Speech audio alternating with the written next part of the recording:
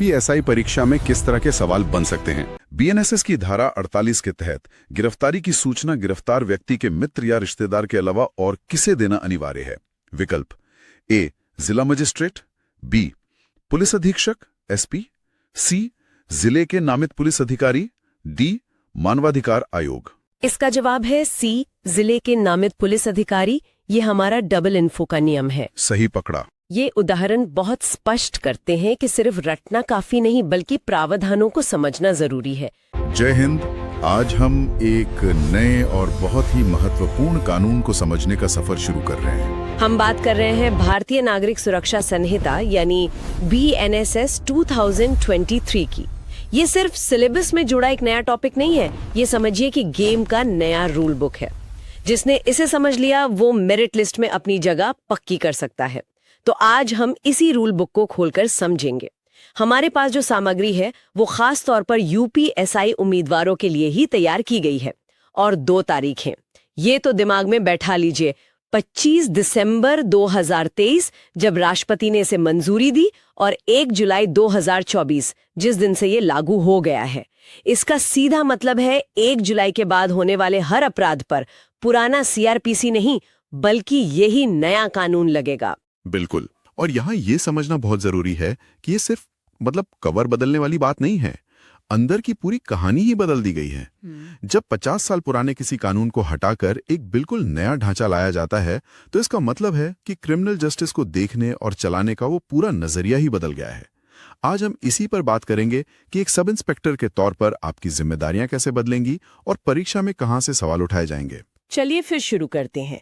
सबसे पहले इस बदलाव के पैमाने को समझते हैं। पुराने सीआरपीसी और नए बीएनएसएस में कितना फर्क है? क्या ये बस कुछ सेक्शंस का हेरफेर है या मामला उससे कहीं ज्यादा गहरा है? ये सवाल ही सबसे अहम है। देखिए, आंकड़े पूरी कहानी बता देते हैं। पुराने सीआरपीसी में 484 धाराएं और 37 अध्याय थे। 484। अब नए बीएनएसएस में 531 धाराएं और 39 अध्याय हैं। 531। जी।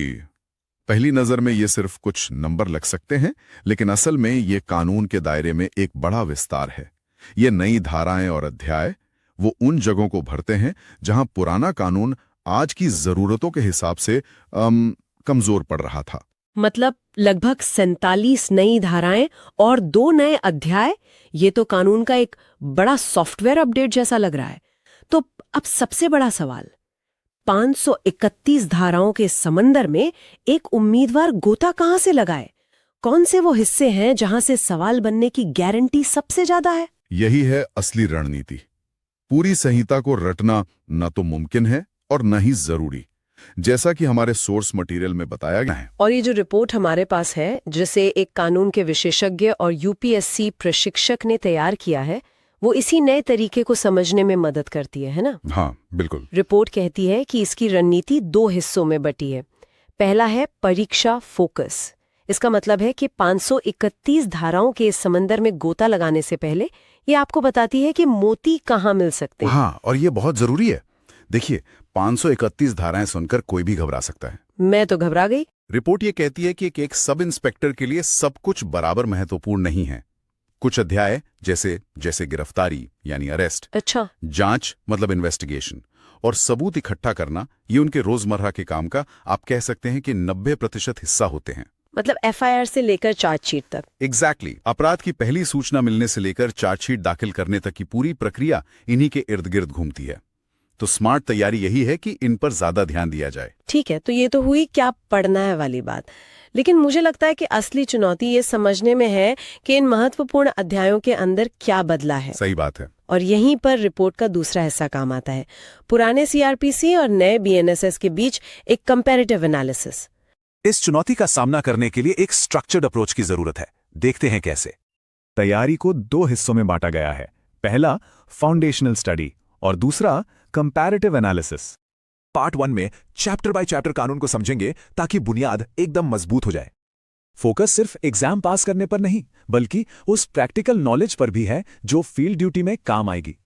हर चैप्टर के बाद तैयारी को और पक्का करने के लिए कुछ खास टूल्स भी हैं, जैसे की पॉइंट्स, मेमोरी ट्रिक्स और यूपीएससी के लिए जरूरी एमसीक्यूज और प्रैक्टिकल एप्लीकेशंस।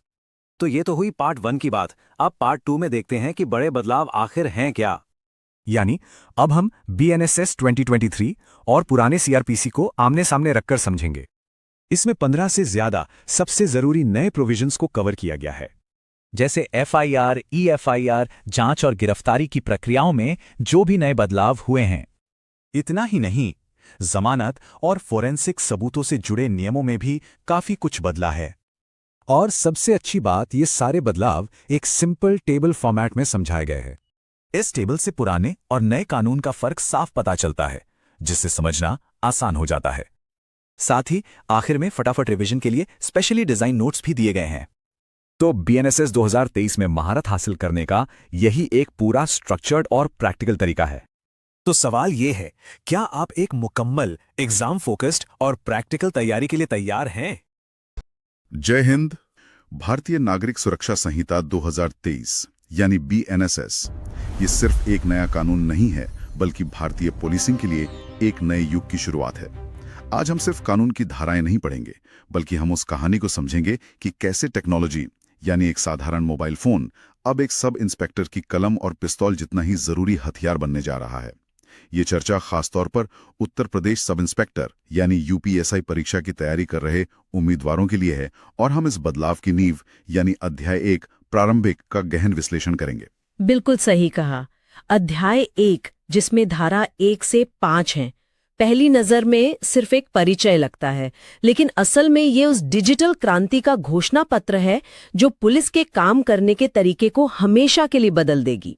आज हम हर धारा को एक होने वाले सब इंस्पेक्टर के नजरिए से देखेंगे, पुराने CRPC से इसकी तुलना करेंगे और ये समझने की कोशिश करेंगे कि परीक्षा के साथ साथ ये फील्ड पर आपकी जिंदगी को कैसे प्रभावित करेगा। तो चलिए इस नए दौर की शुरुआत करते हैं।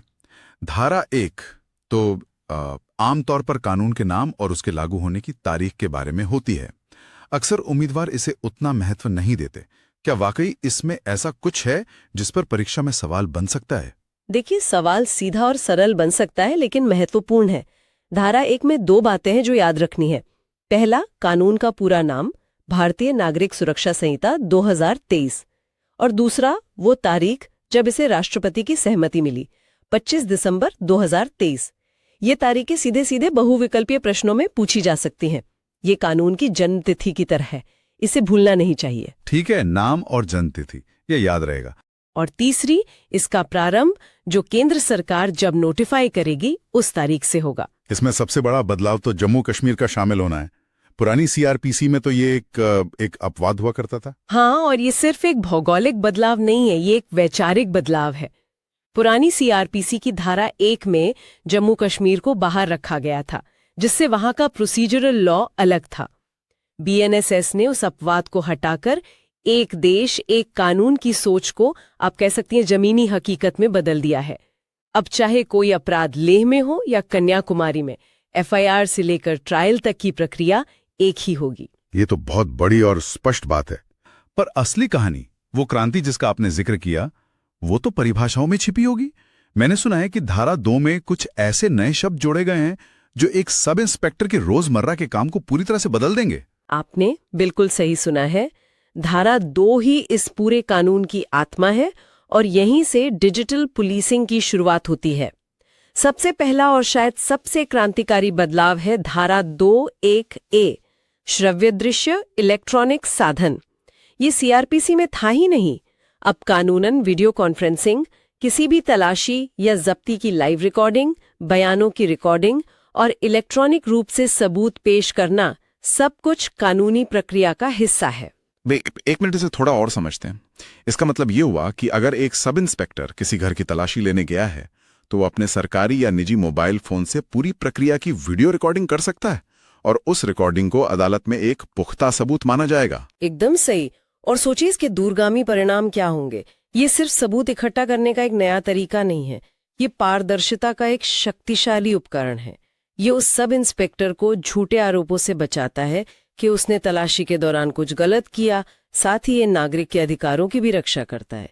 ये पुलिस की जवाबदेही और जनता के भरोसे दोनों के लिए एक बहुत बड़ा कदम है। वाह, मतलब अब एक SI को सबूत के तौर पर सिर्फ कागजी पंचनामा पर निर्भर नहीं रहना पड़ेगा। ये तो जबरदस्त है।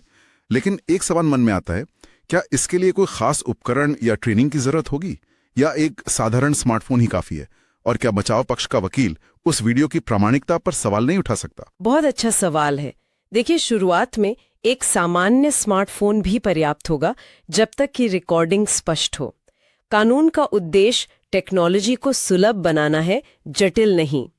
जहां तक प्रामाणिकता की बात है, उसके लिए भारतीय साक्ष्य अधिनियम, अब भारतीय साक्ष्य BSP में नियम है, जैसे कि रिकॉर्डिंग के साथ छेड़छाड़ ना हुई हो, इसका सर्टिफिकेट देना। लेकिन BNSS ने उस डिजिटल दरवाजे को खोल दिया है जो पहले बंद था। इसी से जुड़ी एक और महत्वपूर्ण परिभाषा है धारा 21I, इलेक्ट्रॉनिक संचार। इसका क्या मतलब है? इसका मतलब है मोबाइल, कंप्यूटर, टैबलेट या किसी भी डिवाइस से भेजा गया कोई भी टेक्स्ट, आवाज, वीडियो या तस्वीर।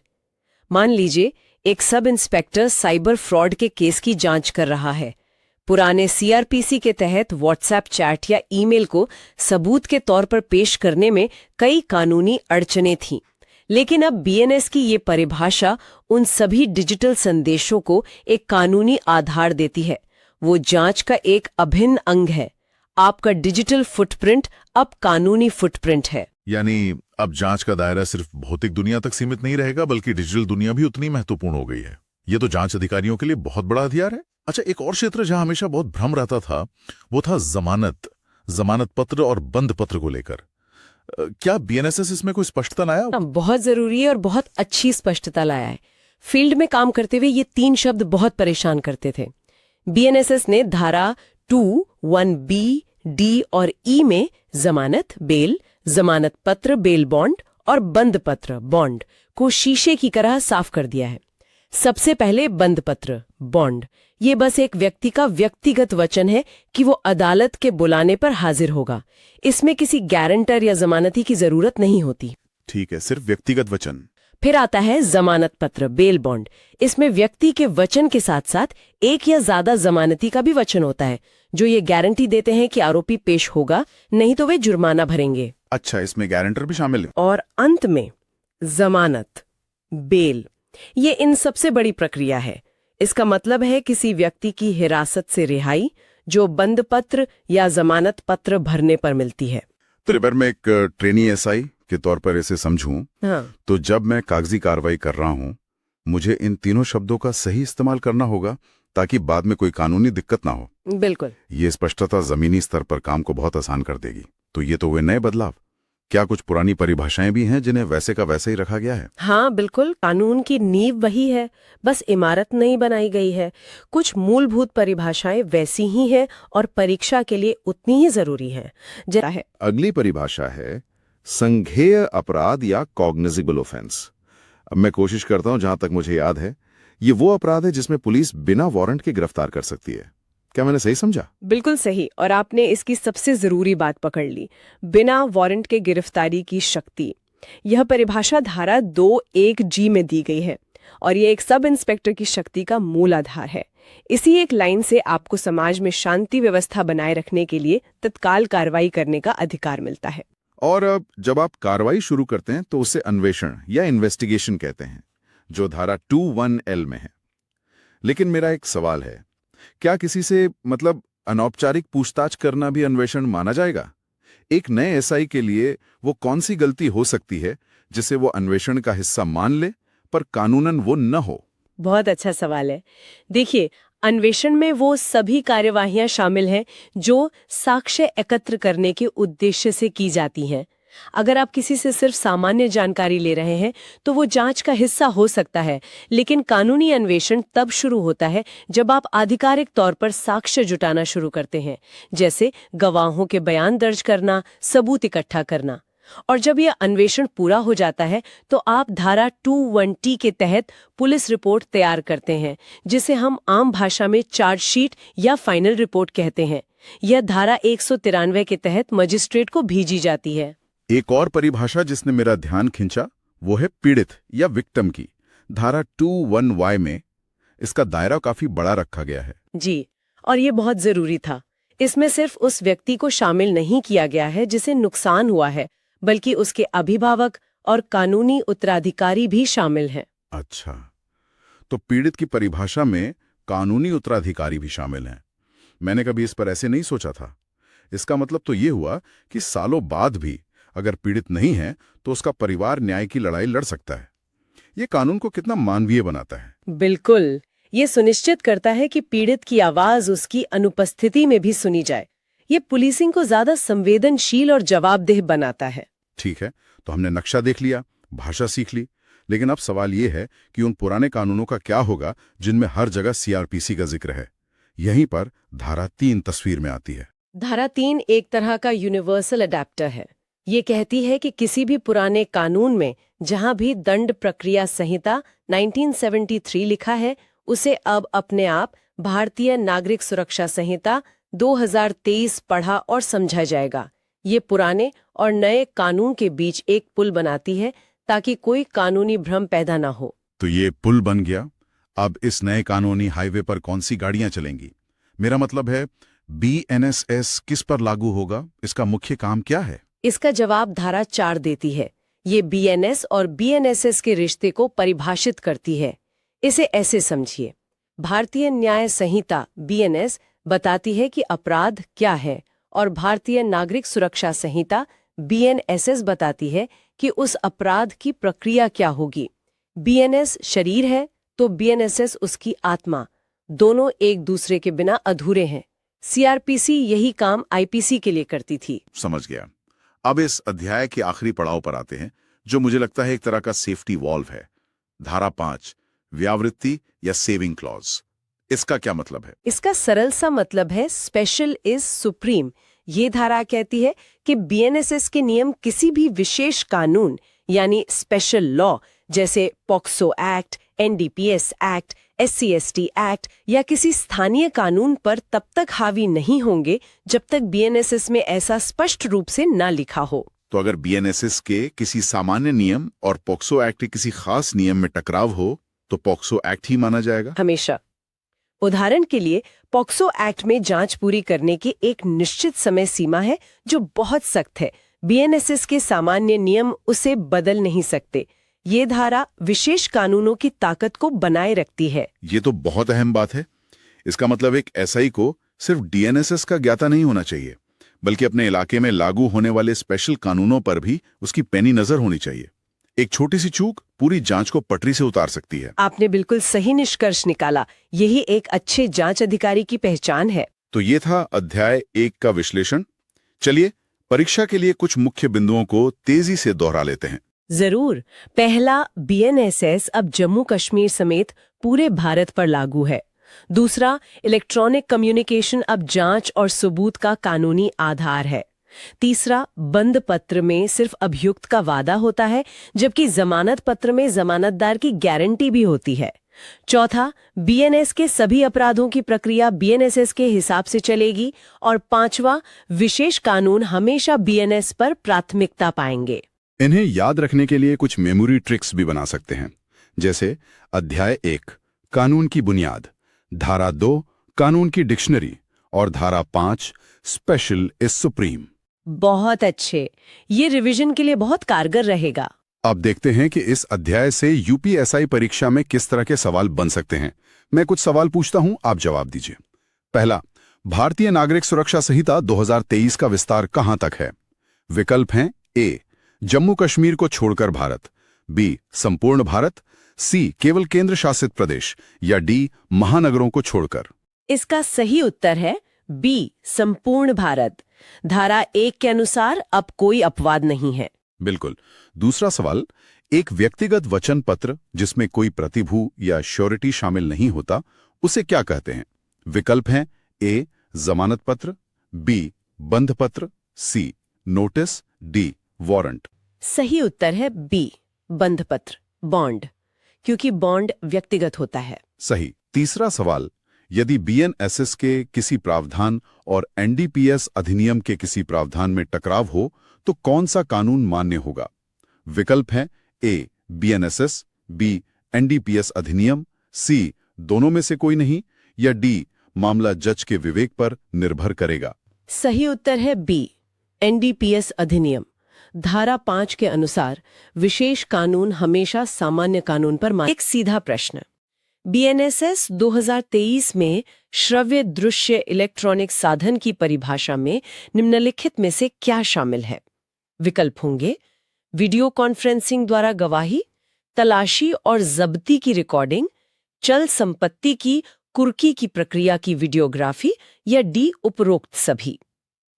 इसका उत्तर तो डी उपरोक्त सभी होगा। बिल्कुल।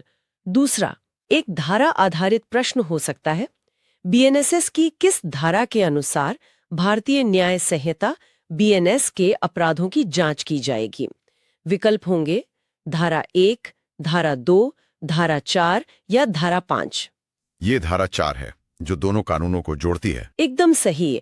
और एक परिभाषा पर आधारित प्रश्न, बीएनएस के तहत बंधपत्र बॉन्ड का क्या अर्थ है? विकल्प हो सकते हैं जमानती के साथ एक वचन, जमानती के बिना एक व्यक्तिगत वचन, अदालत द्वारा जारी किया गया रिहाई का आदेश, या पुलिस द्वारा तैयार की गई रिपोर्ट। यहाँ सही उत्तर होगा बी, जमानती के बिना एक व्यक्तिगत वचन। बिल्कुल अब होगा। और आखिरी सवाल, बीएनएसएस की किस धारा में पीड़ित को परिभाषित किया गया है जिसमें उसके कानूनी उत्तराधिकारी भी शामिल हैं? विकल्प है ए 21A, बी 21G, सी 21Y, डी 21T। सही उत्तर है सी 21Y। बहुत बढ़िया। अंत में एक बार ये समझ लेते हैं कि ट्रेनिंग के बाद जब एक सब इंस्पेक्टर अपनी पहली पोस्टिंग पर जाएगा तो ये अध्याय उसके रोजमर्रा के काम पर कैसे असर डालेगा। 3 मुख्य तरीकों से। पहला, संज्ञेय अपराध की परिभाषा उसे बिना वारंट की गिरफ्तारी की शक्ति देगी, जो उसकी वर्दी का सबसे बड़ा अधिकार और जिम्मेदारी है। दूसरा, इलेक्ट्रॉनिक कम्युनिकेशन की परिभाषा उसे डिजिटल सबूतों को कानूनी तौर पर इस्तेमाल करने का अधिकार देगी, जो आज के समय में हर केस में जरूरी है। और तीसरा, पीड़ित की व्यापक परिभाषा उसे सिखाएगी कि न्याय सिर्फ अपराधी को सजा देना नहीं, बल्कि पीड़ित के अधिकारों की रक्षा करना भी है। ये उसे एक ज्यादा संवेदनशील और प्रभावी पुलिस अधिकारी बनाएगा। तो आज हमने बीएनएसएस के अध्याय 1 की नींव को बहुत गहराई से समझा। इसका नाम, विस्तार, महत्वपूर्ण परिभाषाएं और दूसरे कानूनों के साथ इसका रिश्ता। यह अध्याय शायद छोटा लगे, पर यह उस पूरी इमारत का आधार है जिस पर हमारी आपराधिक न्याय प्रणाली खड़ी होगी। बिल्कुल। इन अवधारणाओं की स्पष्ट समझ के बिना आगे की प्रक्रियाओं को समझना लगभग नामुमकिन है। अगले सत्र में हम और भी महत्वपूर्ण अध्यायों का विश्लेषण करेंगे जो सीधे तौर पर एक पुलिस अधिकारी की शक्तियों और प्रक्रियाओं से जुड़े हैं। जाते जाते सभी एस्पिरेंट्स के लिए एक सवाल, धारा 2 में इलेक्ट्रॉनिक कम्युनिकेशन की नई परिभाषा को शामिल करने से एक सब इंस्पेक्टर की साक्ष्य एकत्र करने की पारंपरिक विधियों पर क्या प्रभाव पड़ेगा? क्या ये जांच को आसान बनाएगा या डिजिटल सबूतों की प्रामाणिकता साबित करने की चुनौती के कारण इसे और अधिक जटिल बना देगा? इस पर विचार। देखिए, ज्यादातर उम्मीदवार सीधे गिरफ्तारी या जांच जैसे जो आकर्षक विषय हैं उन पर कूद जाते हैं। हाँ, जो सुनने में ज्यादा रोमांचक लगते हैं। लेकिन असल तैयारी की नींव कहीं और है, और आज हम उसी नींव की बात करेंगे। हाँ, आज का हमारा मिशन है बीएनएसएस के अध्याय 2, 3 और 4 को समझना। ये वो हिस्से हैं जो बताते हैं कि हमारा क्रिमिनल जस्टिस सिस्टम काम कैसे करता है। एक तरह से खेल के मैदान को समझना। सही कहा। सबसे पहले अदालतें कौन कौन सी हैं, फिर किस अदालत के पास कितनी शक्ति है, और आखिर में पुलिस और जनता के बीच के नियम क्या हैं। तो चलिए इसी क्रम में आगे बढ़ते हैं। हमारा पहला पड़ाव है अध्याय 2, दांडिक न्यायालयों और कार्यालयों का गठन, जो धारा 6 से 20 तक हैं। ये धाराएं तो एक तरह से पूरे सिस्टम का नक्शा बनाती हैं। बिल्कुल। और इस नक्शे की सबसे पहली और जरूरी चीज है धारा 6। ये आपराधिक न्यायालयों के वर्ग बताती है। और परीक्षा के लिए इनका पदानुक्रम हायरार्की बहुत जरूरी है। हाँ, तो क्रम ऐसा है, सबसे ऊपर सेशन न्यायालय, फिर प्रथम वर्ग न्यायिक मजिस्ट्रेट यानी जेएमएफसी, उनके नीचे द्वितीय वर्ग न्यायिक मजिस्ट्रेट यानी जेएमएससी, और फिर आते हैं कार्यपालक मजिस्ट्रेट। इसे याद रखने के लिए SJJE का फॉर्मूला इस्तेमाल कर सकते हैं। हाँ, sessions, judicial first class, judicial second class, executive.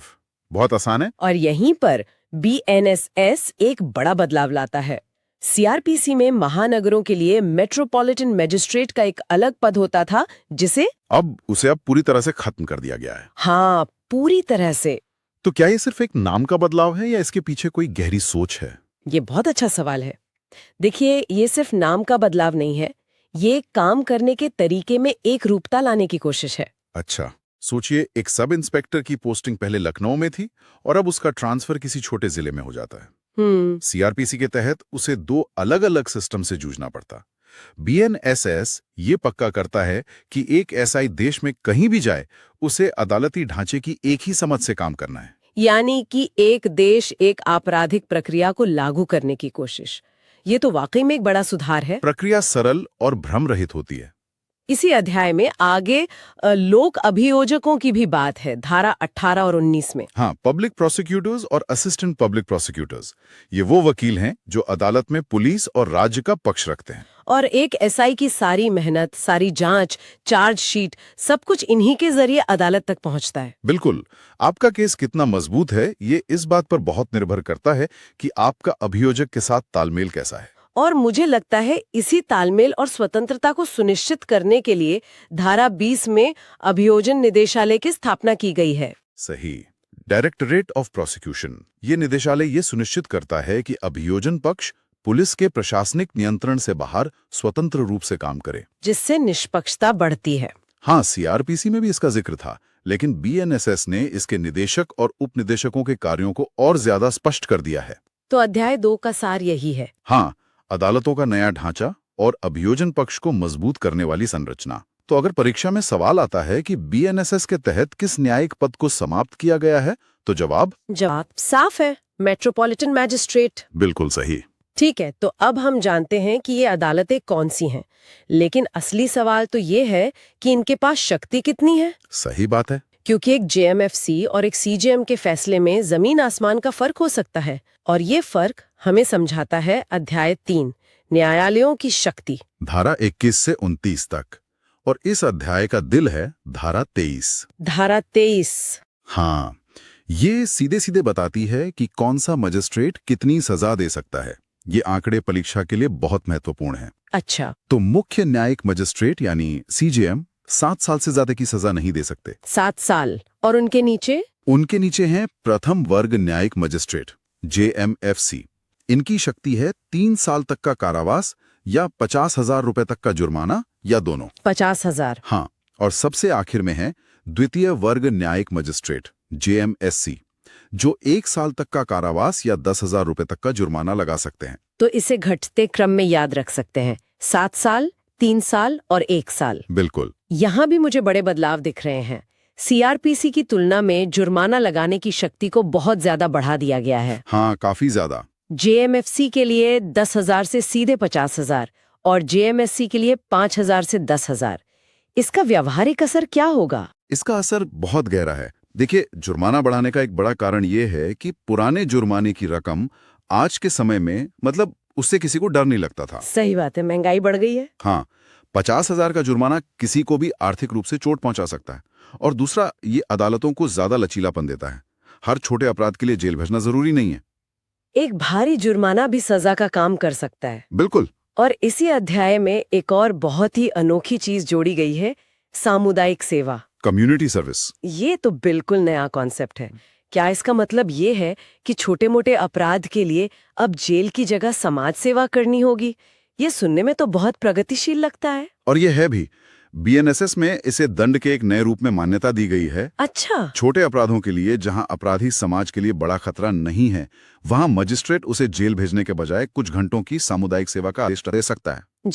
जैसे किसी पार्क की सफाई या किसी सार्वजनिक संस्थान की मदद करना।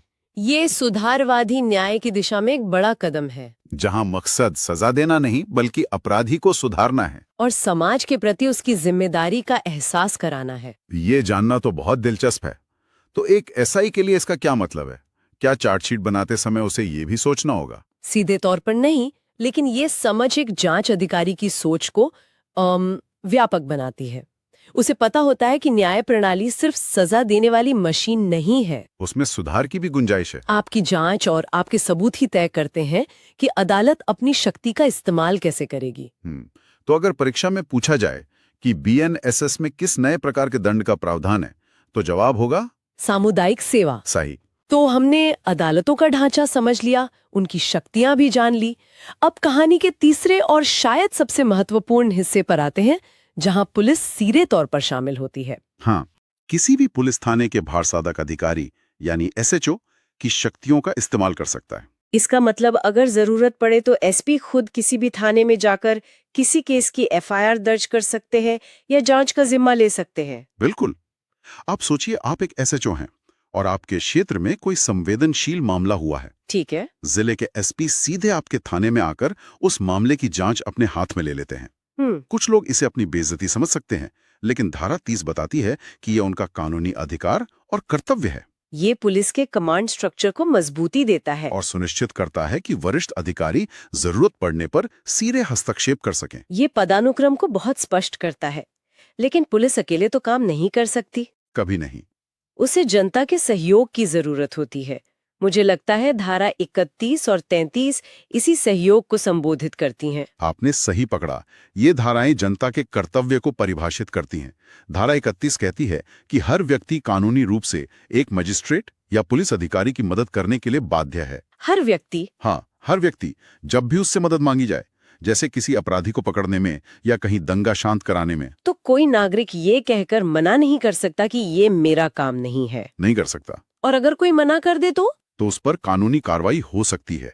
इसी तरह धारा 33 इस कर्तव्य को और आगे ले जाती है। वो कैसे? ये कहती है कि अगर किसी व्यक्ति को कुछ गंभीर अपराध हो, जैसे देशद्रोह, हत्या या डकैती की योजना के बारे में पता है, तो वो इसकी जानकारी निकटतम मजिस्ट्रेट या पुलिस अधिकारी को देने के लिए बाध्य है। मतलब चुप रहना भी एक अपराध माना जा सकता है। हाँ, आप अपराध होते हुए देखकर आंखें नहीं मूंद सकते।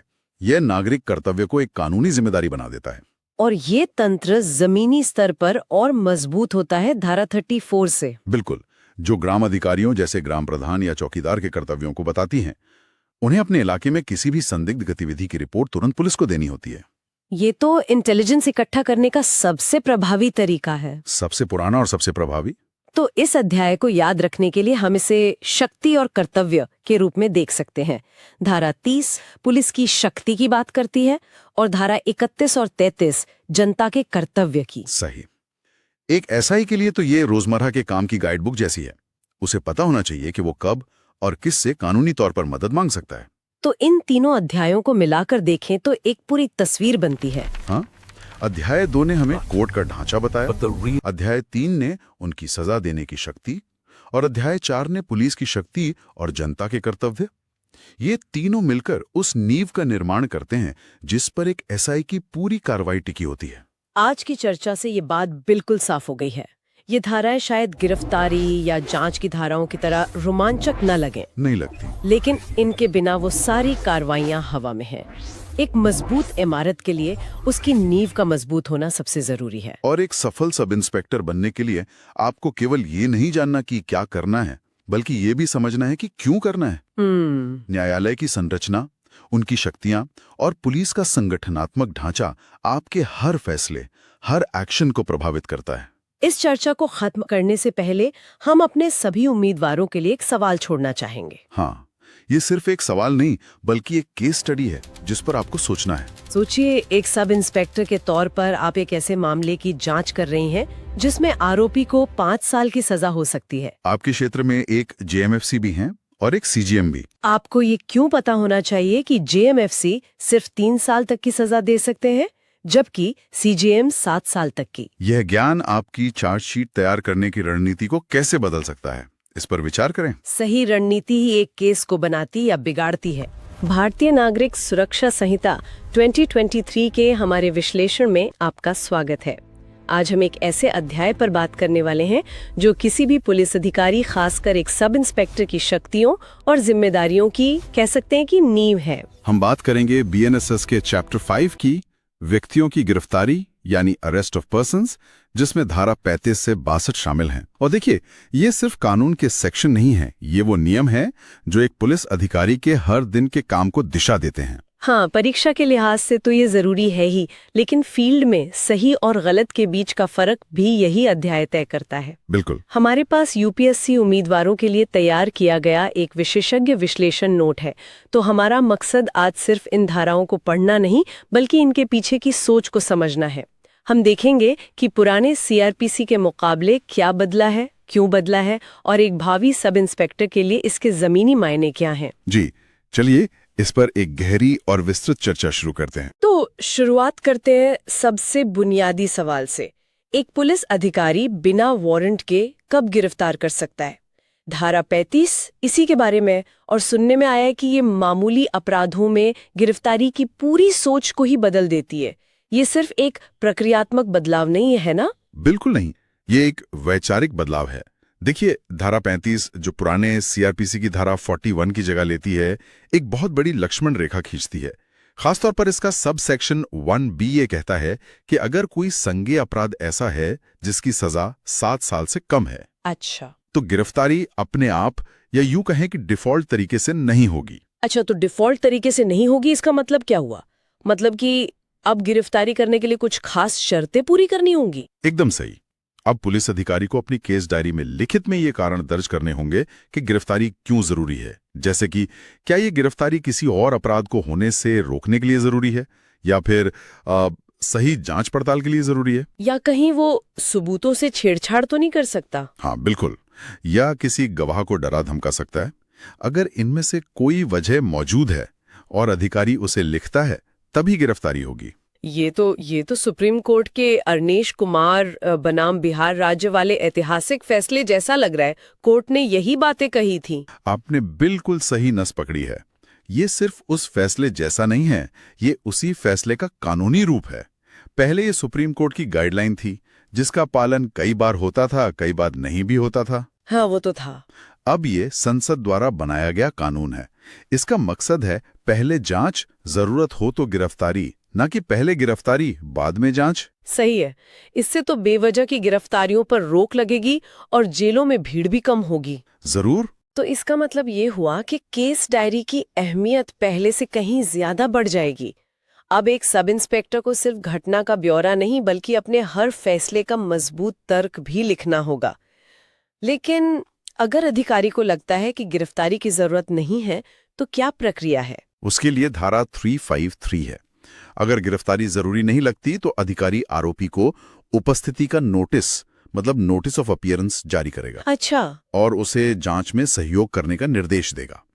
ये पुराने सीआरपीसी की धारा 41A जैसा है, लेकिन अब इसे और मजबूती दी गई है। ये एक अनिवार्य प्रक्रिया है। अगर आरोपी नोटिस का पालन करता है तो उसे गिरफ्तार नहीं किया जाएगा। इसी धारा 35 में एक और दिलचस्प प्रावधान है जो बुजुर्गों और बीमार लोगों से जुड़ा है। धारा 35(7) के बारे में बताइए। हाँ, यह एक बहुत ही मानवीय और महत्वपूर्ण प्रावधान है। धारा 370 कहती है कि अगर अपराध 3 साल से कम सजा का है और आरोपी व्यक्ति की उम्र 60 साल से ज्यादा है, या वो शारीरिक रूप से बहुत कमजोर है, मतलब इन्फर्म है, ठीक है, तो उसे पुलिस उपाधीक्षक यानी डीएसपी रैंक के अधिकारी की पूर्व अनुमति के बिना गिरफ्तार नहीं किया जा सकता। अरे वाह! मतलब एक सब इंस्पेक्टर को ऐसे मामले में पहले अपने डीएसपी को फोन करके पूरी स्थिति बतानी होगी और उनसे मंजूरी लेनी होगी। ये तो बुजुर्गों के लिए एक तरह का सुरक्षा कवच बन गया है। बिल्कुल, ये जमीनी स्तर पर काम करने के तरीके को पूरी तरह बदल देगा। ठीक है, तो गिरफ्तारी का फैसला अब ज्यादा तर्क और जवाबदेही की मांग करता है। लेकिन मान लीजिए कि गिरफ्तारी का फैसला हो गया है। अब आते हैं गिरफ्तारी की प्रक्रिया पर। मैंने सुना है कि हथकड़ी के इस्तेमाल को लेकर धारा 43 में एक बहुत बड़ा और शायद कुछ हद तक विवादास्पद बदलाव किया गया है। हाँ, और ये परीक्षा के नजरिए से बहुत ही महत्वपूर्ण है। धारा 43(3) पुलिस अधिकारी को कुछ विशेष और गंभीर मामलों में हथकड़ी, हैंडकफ्स का इस्तेमाल करने की कानूनी इजाजत देती है। अरे, ये तो बहुत बड़ा बदलाव है, क्योंकि अब तक तो हमारी समझ यही थी कि हथकड़ी लगाना लगभग नामुमकिन है जब तक मजिस्ट्रेट इजाजत न दें। तो क्या अब पुलिस को ये अधिकार सीधे तौर पर मिल गया है, और किन मामलों में? सीधे तौर पर मिल गया है, लेकिन इसकी एक बहुत सख्त सूची है। मतलब ऐसा नहीं किसी को भी लगा दी। कानून कहता है कि हथकड़ी का इस्तेमाल तभी हो सकता है जब व्यक्ति पहला, एक आदतन या बार बार अपराध करने वाला हो, जो हिरासत से भाग चुका हो। अच्छा, हैबिचुअल ऑफेंडर। हाँ, या दूसरा, उसने कोई संगठित अपराध किया हो, आतंकवादी कृत्य, ड्रग से जुड़ा अपराध या अवैध हथियारों का मामला हो, और या फिर उसने हत्या, बलात्कार, एसिड अटैक या जासूसी जैसा कोई गंभीर अपराध किया हो। यह सूची बहुत स्पष्ट है। इसका मतलब है कि किसी आम चोरी या लड़ाई झगड़े के आरोपी को हथकड़ी नहीं लगाई जा सकती। तो ये सुनील बत्रा और प्रेम शंकर शुक्ला मामलों में दिए गए सुप्रीम कोर्ट के पुराने निर्देशों से एक बड़ा विचलन है ना, जहां हथकड़ी को मानवीय गरिमा के खिलाफ माना गया था। बिल्कुल, इसके पीछे की सोच एक संतुलन बनाने की है। एक तरफ मानवीय गरिमा है, लेकिन दूसरी तरफ समाज की और पुलिस अधिकारी की सुरक्षा भी है। विधायिका का मानना है कि जो अपराधी बेहद खतरनाक हैं, उन्हें नियंत्रित करने के लिए पुलिस के पास एक स्पष्ट कानूनी अधिकार होना चाहिए। समझ गई। अब प्रक्रिया में आगे बढ़ते हैं। गिरफ्तारी हो गई, अब सूचना देने की बात आती है। धारा 48 में भी कुछ नया है। पहले भी परिवार वालों को सूचना देना तो जरूरी था, तो फिर इस नए कानून में नामित पुलिस अधिकारी को भी सूचना देने का प्रावधान क्यों जोड़ा गया? पहले वाली व्यवस्था में कोई कमी थी क्या? ये पारदर्शिता और जवाबदेही बढ़ाने के लिए एक बहुत बड़ा कदम है। धारा 48, जो सीआरपीसी की धारा 50A की जगह लेती है, कहती है कि गिरफ्तार करने वाला अधिकारी न सिर्फ गिरफ्तार व्यक्ति के दोस्त या रिश्तेदार को सूचना देगा, हाँ, बल्कि जिले में एक नामित पुलिस अधिकारी यानी डेजिग्नेटेड पुलिस ऑफिसर को भी इसकी सूचना देगा, और वो अधिकारी अपने पास एक रजिस्टर मेंटेन करेगा। अच्छा, तो इसका फायदा क्या होगा? इसका सबसे बड़ा फायदा यह है कि हर गिरफ्तारी का एक आधिकारिक और केंद्रीकृत रिकॉर्ड बनेगा। इससे यह सुनिश्चित होगा कि किसी को भी अवैध रूप से हिरासत में न रखा जा सके। अगर किसी का परिवार कहता है कि उनके सदस्य को पुलिस ने उठाया है और वो मिल नहीं रहा, तो उस नामित अधिकारी के रिकॉर्ड से तुरंत पता चल जाएगा? एकदम पता चल जाएगा कि उसे किस मामले में किस पुलिस स्टेशन ने गिरफ्तार किया है। ये लापता होने की शिकायतों को खत्म कर देगा। यानी ये एक तरह का internal check and balance system है। अच्छा, और गिरफ्तार व्यक्ति के दूसरे अधिकारों जैसे कि वकील से मिलने का अधिकार, क्या उनमें कोई बदलाव है? वे अधिकार काफी हद तक वैसे ही हैं। जैसे धारा 36 कहती है कि गिरफ्तार करने वाले अधिकारी की पहचान स्पष्ट होनी चाहिए, उसकी नेम प्लेट साफ दिखनी चाहिए और गिरफ्तारी का एक मेमो बनाना होगा। और धारा 38 पूछताछ के दौरान अपनी पसंद के वकील से मिलने का अधिकार देती है। ठीक है, ये तो पहले जैसे ही है। हाँ, ये मानव अधिकारों के बुनियादी स्तंभ है जिन्हें बरकरार रखा गया है। तो गिरफ्तारी हो गई, सूचना दे दी गई, अगला तार्किक कदम मेडिकल जांच का होता है। सूत्रों का कहना है कि यहाँ धारा 51 में एक बड़ा तकनीकी अपडेट किया गया है। हाँ, और ये आधुनिक पुलिसिंग की दिशा में एक बहुत जरूरी कदम है। धारा 51, जो पुराने सीआरपीसी की धारा 53 की जगह लेती है, मेडिकल परीक्षा की परिभाषा को और साफ करती है। अब इसमें साफ तौर पर लिखा है कि परीक्षा में आधुनिक और वैज्ञानिक तकनीकें, जिसमें डीएनए प्रोफाइलिंग भी शामिल है, को इस्तेमाल किया जा सकता है। ये तो बहुत महत्वपूर्ण है, क्योंकि पहले डीएनए सैंपल लेने को लेकर बहुत बहस होती थी कि क्या ये व्यक्ति के मौलिक अधिकारों का हनन है या नहीं। अब इसे कानूनी मान्यता मिल गई है। बिल्कुल। अब जांच अधिकारी के पास खासकर बलात्कार, हत्या जैसे संगीन अपराधों में डीएनए सैंपल लेने का एक स्पष्ट कानूनी अधिकार है। इससे वैज्ञानिक सबूत जुटाने में बहुत मदद मिलेगी और मुकदमों को मजबूती मिलेगी। सही। ये जांच को व्यक्तिपरक से वस्तुनिष्ठ बनाने की तरफ एक बड़ा कदम है। और मेडिकल जांच के अलावा हिरासत के 24 घंटे की सीमा जैसे पुराने नियम, वो नियम अपनी जगह पर कायम है। धारा 58 के तहत मजिस्ट्रेट के सामने पेश किए बिना किसी भी व्यक्ति को 24 घंटे से ज्यादा हिरासत में नहीं रखा जा सकता। इसमें यात्रा में लगने वाला समय शामिल नहीं है। ये संवैधानिक सुरक्षा कवच पहले की तरह ही मजबूत है। बहुत बढ़िया। हमने इस अध्याय के सबसे बड़े बदलावों पर विस्तार से चर्चा की है। अब अगर हम इसे एक यूएसआई उम्मीदवार के नजरिए से देखें तो उसे इस पूरे अध्याय से कौन सी मुख्य बातें हर हाल में याद रखनी चाहिए? मतलब इसका सार क्या है? देखिए, अगर सब कुछ भूल भी जाएं तो ये 5 बिंदु दिमाग में बैठा लें। इनसे सीधे सवाल बनने की पूरी संभावना है। बताइए। पहला, धारा 35, 7 साल से कम सजा वाले अपराधों में गिरफ्तारी एक अपवाद है, नियम नहीं, लिखित कारण देना अनिवार्य है। ठीक है। दूसरा, धारा 35(7), ये नया सुरक्षा कवच है। 3 साल से कम सजा, 60 साल से ज्यादा उम्र या बीमार व्यक्ति तो डीएसपी की पूर्व अनुमति जरूरी है। जरूरी है। तीसरा, धारा 43(3), हथकड़ी का इस्तेमाल अब कानूनी है, लेकिन सिर्फ आदतन अपराधियों या हत्या, बलात्कार जैसे बेहद गंभीर अपराधों के लिए। ठीक है, लिस्ट याद रखनी है। चौथा, धारा 48, गिरफ्तारी की सूचना अब 2 लोगों को जाएगी, एक रिश्तेदार और दूसरा नामित पुलिस अधिकारी। इसे डबल इन्फॉर्मेशन नियम से याद रखें। डबल इन्फॉर्मेशन, सही है। और पांचवां, धारा 51, मेडिकल जांच में अब डीएनए प्रोफाइलिंग को स्पष्ट रूप से शामिल कर लिया गया है। ये बिंदु बहुत स्पष्ट है, लेकिन परीक्षा के दबाव में धाराएं और नियम अक्सर मिल जाते हैं। इन्हें याद रखने के लिए कोई आसान तरीका या मेमोरी ट्रिक है? जरूर, इन्हें इस तरह से जोड़कर याद रख सकते हैं। पहला है 7360 नियम। 7360? हाँ, इसे ऐसे याद करें।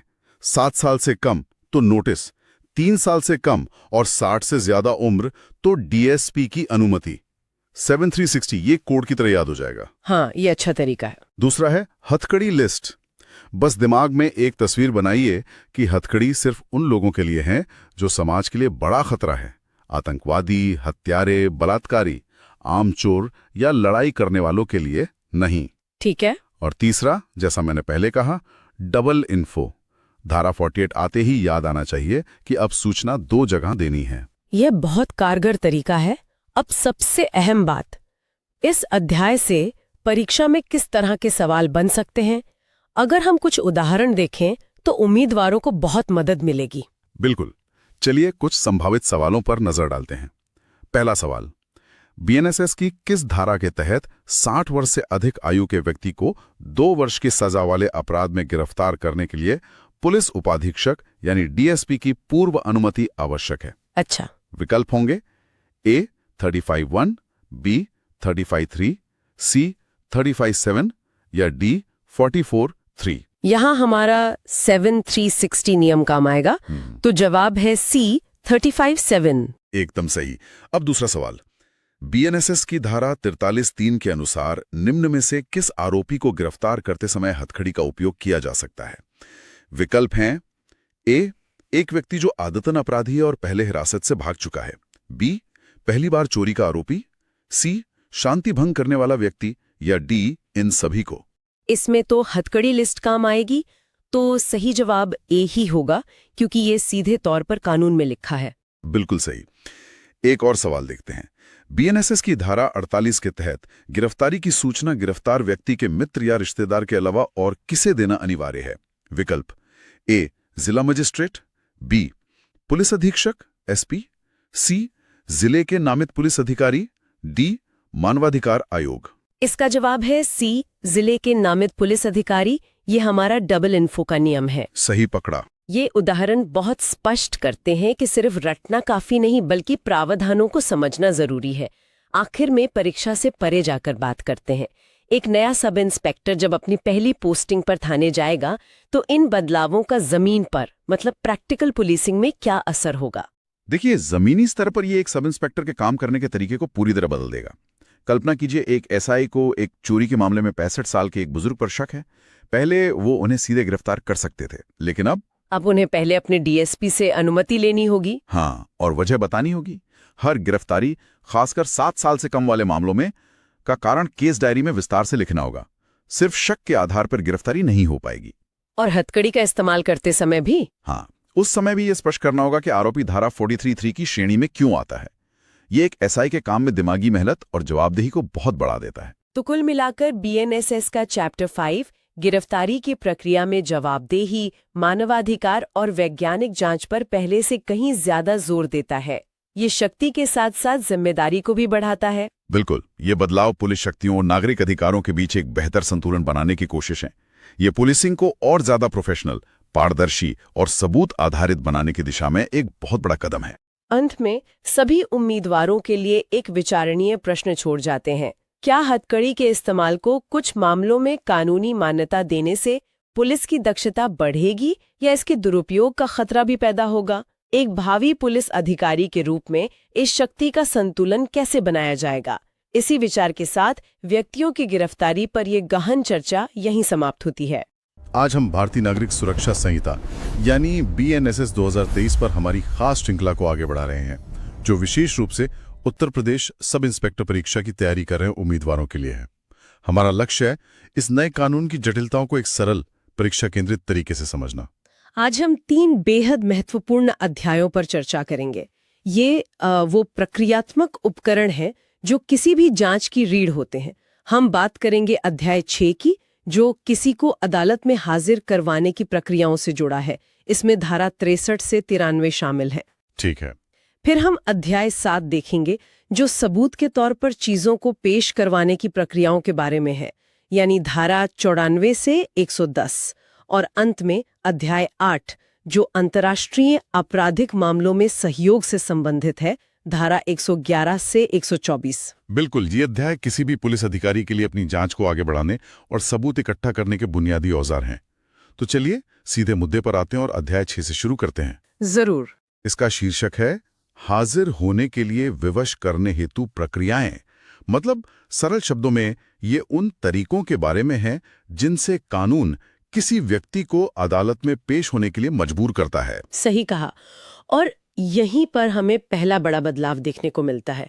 धारा 63 और 64 जो समन जारी करने और उसकी तामील मतलब उसे सर्व करने से संबंधित है, उन्हें पूरी तरह से आधुनिक बना दिया गया है। अच्छा, कैसे?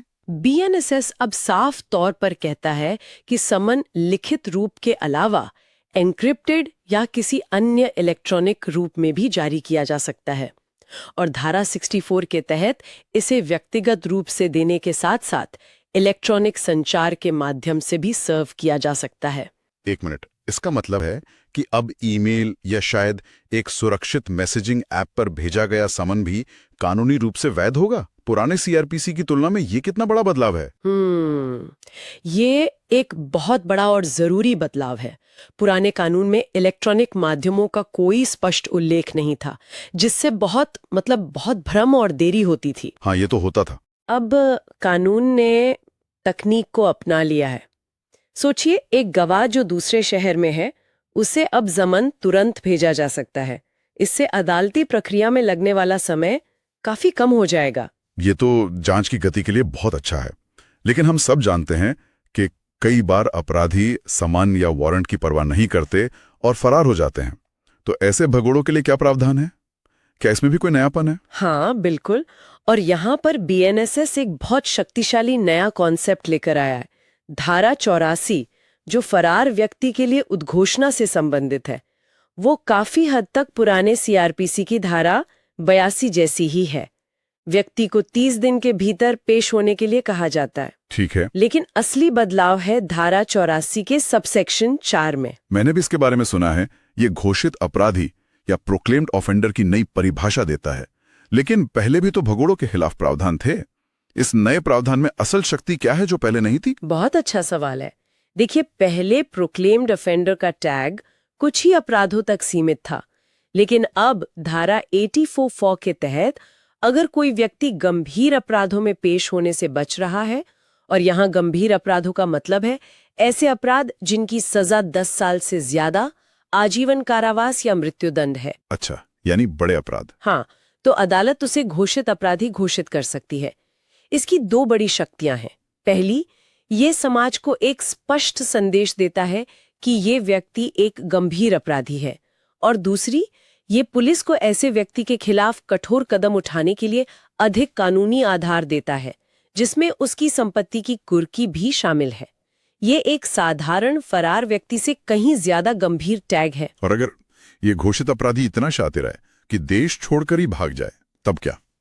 क्या हमारे कानून के हाथ वहां तक पहुंच सकते हैं? इसी अंतर्राष्ट्रीय समस्या से निपटने के लिए BNSS में एक और नया और बहुत महत्वपूर्ण प्रावधान जोड़ा गया है, धारा 86। ये एक क्रांतिकारी कदम है। धारा 86। हाँ, ये धारा भारत सरकार को किसी संविदाकारी राज्य यानी कंट्रैक्टिंग स्टेट, जिसका मतलब है कोई ऐसा विदेशी देश जिसके साथ हमारी संधि है, उस देश की अदालत से ये अनुरोध करने की अनुमति देती है कि वह हमारे देश के घोषित अपराधी की संपत्ति को जो उस देश में स्थित है कुर्क और जब्त करे। तो ये तो विजय माल्या या नीरव मोदी जैसे मामलों से निपटने के लिए एक सीधा कानूनी हथियार है।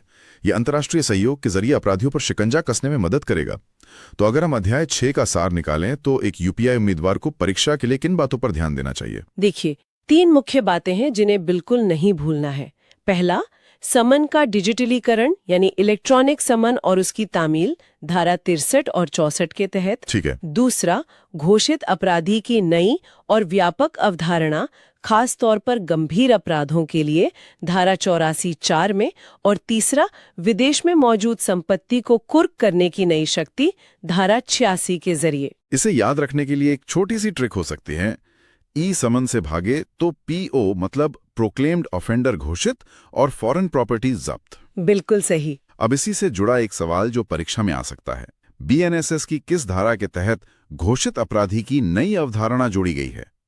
तो उम्मीदवारों को सीधे धारा 84(4) पर निशान लगाना होगा। बिल्कुल, और एक सब इंस्पेक्टर के लिए इसका व्यवहारिक मतलब ये है कि अब उनके पास प्रक्रिया को तेज करने और गंभीर अपराधियों पर पहले से कहीं ज्यादा दबाव बनाने के कानूनी अधिकार हैं। बहुत अच्छे से समझाया आपने। तो मान लीजिए अध्याय 6 के तहत हमने एक संदिग्ध को समन भेजा, पर वो फरार हो गया और उसे घोषित अपराधी भी घोषित कर दिया गया। अब जांच का अगला और सबसे महत्वपूर्ण कदम होता है सबूत इकट्ठा करना। सही। और आज के डिजिटल युग में सबसे बड़े सबूत कहाँ मिलते हैं? उसके फोन, लैपटॉप और दूसरे डिवाइसेस में।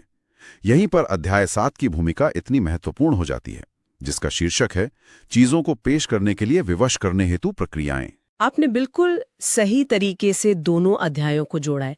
अध्याय 7 जांच के आधुनिक चेहरे को दिखाता है।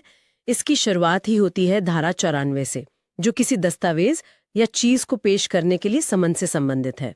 धारा 94? हाँ, ये पुराने सीआरपीसी की धारा 91 की जगह लेती है, लेकिन एक बहुत बड़े अपडेट के साथ। इसमें अब साफ तौर पर लिखा है कि अदालत या पुलिस अधिकारी इलेक्ट्रॉनिक संचार, जिसमें संचार उपकरण भी शामिल हैं, जिसमें डिजिटल साक्ष्य होने की संभावना है, को पेश करने का आदेश दे सकता है। इसका मतलब अब ये कानूनी तौर पर पूरी तरह स्पष्ट है कि एक एसएचओ किसी व्यक्ति को उसका मोबाइल फोन या लैपटॉप जांच के लिए पेश करने का आदेश दे सकता है। पहले क्या ये एक कानूनी ग्रे एरिया था? हाँ, पहले ये काफी हद तक एक ग्रे एरिया था। पुलिस डिवाइस जब्त करती थी, लेकिन उस शक्ति का स्रोत हमेशा स्पष्ट नहीं होता था। अब धारा 94 इसे कानूनी रूप से परिभाषित करती है। ये डिजिटल युग में जांच के लिए पुलिस को मिला एक बहुत बड़ा और स्पष्ट अधिकार है। ये तो बहुत महत्वपूर्ण है। अब तलाशी और जब्ती की बात करते हैं। इस प्रक्रिया में गवाहों, जिन्हें हम पंच कहते हैं, की भूमिका हमेशा से अहम रही है। क्या उनके संबंध में भी कोई बदलाव है? हाँ, और ये एक व्यवहारिक बदलाव है। धारा 103 तलाशी के गवाहों के बारे में है। अक्सर देखा जाता था कि लोग पुलिस की मदद करने या गवाह बनने से कतराते थे। हाँ, ये तो होता है। अब धारा 103 में एक नया सब सेक्शन 8 जोड़ा गया है। इसके अनुसार यदि कोई व्यक्ति बिना किसी उचित कारण के तलाशी का गवाह बनने से इनकार करता है, तो उस पर भारतीय न्याय संहिता बीएनएस की धारा 222 के तहत कानूनी कार्रवाई की जा सकती है। अच्छा, तो अब मना नहीं कर सकते? नहीं, इसका मकसद ये सुनिश्चित करना है कि नागरिक अपनी जिम्मेदारी निभाएं और जांच प्रक्रिया में सहयोग करें। ये तो दिलचस्प है। लेकिन मैंने सुना है कि तलाशी की प्रक्रिया में अब एक और बहुत बड़ा बदलाव आया है, कुछ ऐसा जो पुलिस और जनता के बीच के रिश्ते को हमेशा के लिए बदल सकता है। ये वीडियोग्राफी से जुड़ा हुआ क्या मामला है? आप धारा 105 की बात कर रहे हैं, और ये वाकई में इस कानून का सबसे क्रांतिकारी प्रावधान है। ये एक पूरी तरह से नई धारा है। इसके अनुसार पुलिस द्वारा की जाने वाली हर तलाशी और जब्ती की पूरी प्रक्रिया की ऑडियो वीडियो रिकॉर्डिंग करना अनिवार्य है। हर तलाशी की? हर तलाशी की। और ये रिकॉर्डिंग मोबाइल फोन से भी की जा सकती है। इस रिकॉर्डिंग को सुरक्षित रखना होगा और मैजिस्ट्रेट को भेजना होगा। पर इसका जमीनी स्तर पर क्या असर होगा? क्या कुछ अधिकारी इसे सिर्फ एक और बोझ या वीडियो वर्क की तरह नहीं देखेंगे? देखिए, ये प्रावधान सिर्फ जवाबदेही के बारे में नहीं है। ये पुलिस की पारंपरिक कार्यशैली को पूरी तरह बदल देता है। अब से हर तलाशी एक पारदर्शी, ऑडिट करने योग्य घटना है, जो मनमानी पर एक शक्तिशाली अंकुश लगाती है। और सबूतों के लिए भी अच्छा है। बिल्कुल, ये साक्ष्य की पवित्रता मतलब सैंक्टिटी ऑफ एविडेंस को सुनिश्चित करता है, और ये पुलिस अधिकारी को भी झूठे आरोपों से बचाता है। अगर किसी पर आरोप लगता है कि उसने तलाशी के दौरान कुछ गलत किया, तो वीडियो रिकॉर्डिंग सबसे बड़ा सबूत होगी। संक्षेप में, आपका पंचनामा अब सिर्फ एक कागज नहीं बल्कि एक वीडियो फाइल है। ये तो सचमुच एक गेम चेंजर है। एक और नई शक्ति का जिक्र हमारे स्रोतों में है, धारा 107, जो अपराध से अर्जित संपत्ति से जुड़ी है। ये क्या है? ये भी एक बहुत शक्तिशाली नई धारा है, जो सीधे तौर पर संगठित अपराध और भ्रष्टाचार की कमर तोड़ने के लिए बनाई गई है। इसके तहत जांच के दौरान ही अगर किसी पुलिस अधिकारी को लगता है कि कोई संपत्ति अपराध की आय यानी प्रोसीड्स ऑफ क्राइम से बनाई गई है, जैसे ड्रग्स के पैसे से खरीदा गया घर, हाँ बिल्कुल, तो वो एसपी रैंक के अधिकारी की मंजूरी लेकर अदालत में उस संपत्ति को कुर्क करने के लिए आवेदन कर सकता है। पहले ये अधिकार मुख्य रूप से ईडी जैसी एजेंसियों के पास था, लेकिन अब ये पुलिस को भी दिया गया है। तो एक सब इंस्पेक्टर अब जांच के शुरुआती चरण में ही अपराधी की आर्थिक कमर तोड़ सकता है। तो अध्याय 7 के सबसे महत्वपूर्ण बिंदु क्या है जो एक यूपीएसआई उम्मीदवार को अपनी उंगलियों पर रखने चाहिए? इसमें 4 सबसे जरूरी बातें हैं। पहला, डिजिटल डिवाइसेस को कानूनी तौर पर मंगवाने की स्पष्ट शक्ति, धारा 94। ठीक है। दूसरा, तलाशी और जब्ती की अनिवार्य ऑडियो वीडियो रिकॉर्डिंग, धारा 105। ये सबसे महत्वपूर्ण है, इसे तो भूलना ही नहीं है। हाँ। तीसरा, तलाशी के गवाह बनने से इनकार करने पर दंड का प्रावधान, धारा 103.8। और चौथा, अपराध की आय से प्राप्त संपत्ति को जांच के दौरान ही कुर्क करने की नई शक्ति, धारा 107। तो अगर परीक्षा में यह सवाल आता है कि बीएनएसएस की किस धारा के तहत तलाशी और जब्ती की वीडियोग्राफी अनिवार्य है, तो उम्मीदवारों को सीधे धारा 105 पर निशान लगाना होगा, सही? बिल्कुल, धारा 105। ये एक ऐसा नंबर है जिसे वो भूल नहीं सकते।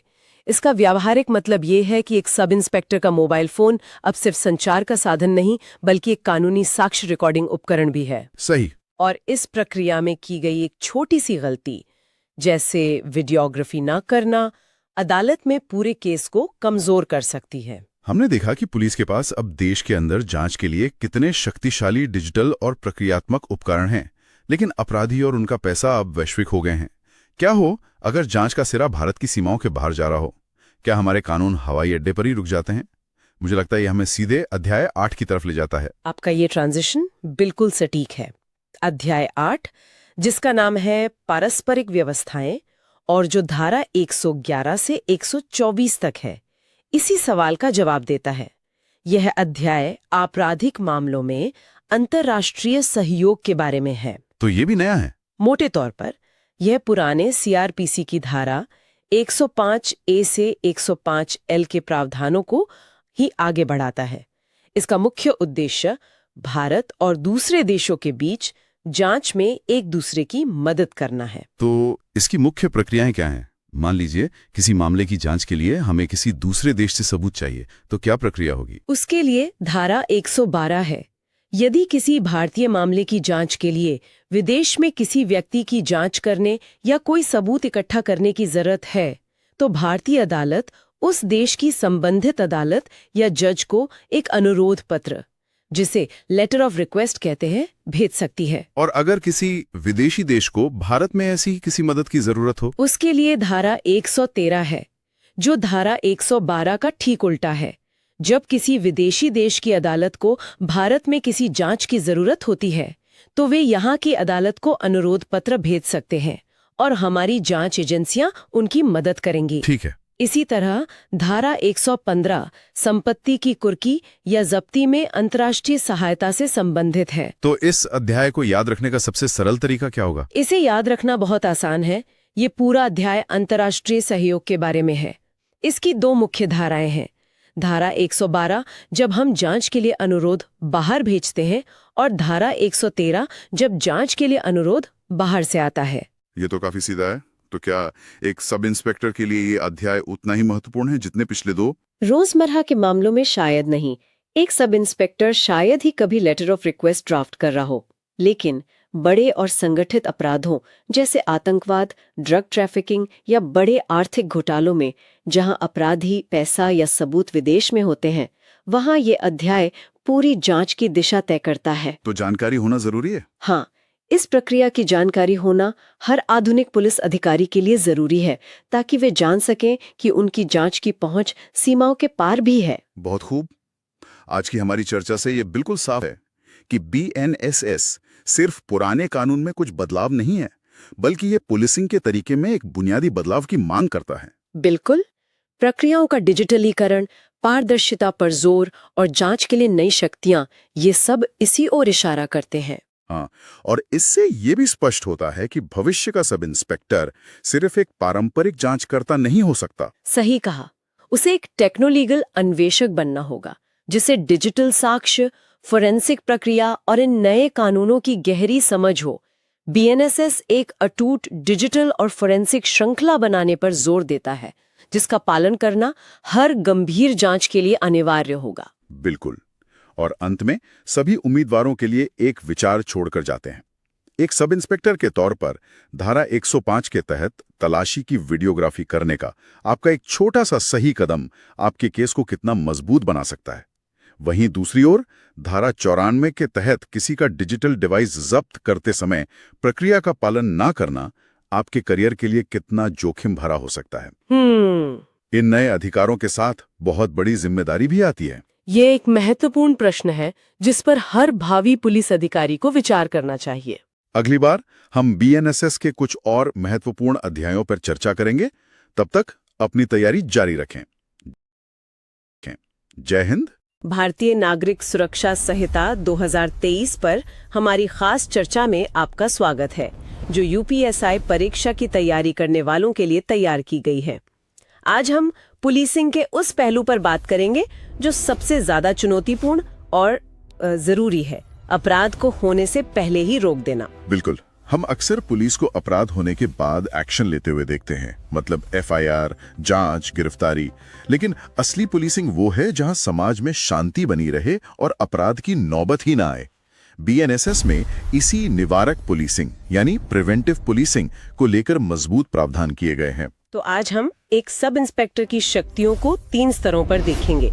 पहले, किसी एक व्यक्ति से शांति भंग होने का खतरा कैसे रोके, फिर समाज में बड़े स्तर पर लोक व्यवस्था कैसे बनाए रखें, जैसे कि दंगे या जुलूस के समय, और आखिर में जब खतरा बिल्कुल सिर पर हो तो पुलिस सीधे तौर पर क्या एक्शन ले सकती है। और इसी बीच हम एक ऐसे अध्याय पर भी बात करेंगे जो सीधे तौर पर फील्ड पुलिसिंग से नहीं बल्कि सामाजिक न्याय से जुड़ा है, पर जिसकी जानकारी हर पुलिस अधिकारी के लिए जरूरी है। आज हम बीएनएसएस के 4 अहम अध्यायों 9, 10, 11 और 12 पर गहराई से बात करेंगे। चलिए तो फिर शुरू करते हैं पुलिसिंग के सबसे बुनियादी काम से, अपराध को होने से रोकना। ये काम पुलिस डंडे से नहीं बल्कि कानून की एक बहुत ही स्मार्ट शक्ति से करती है।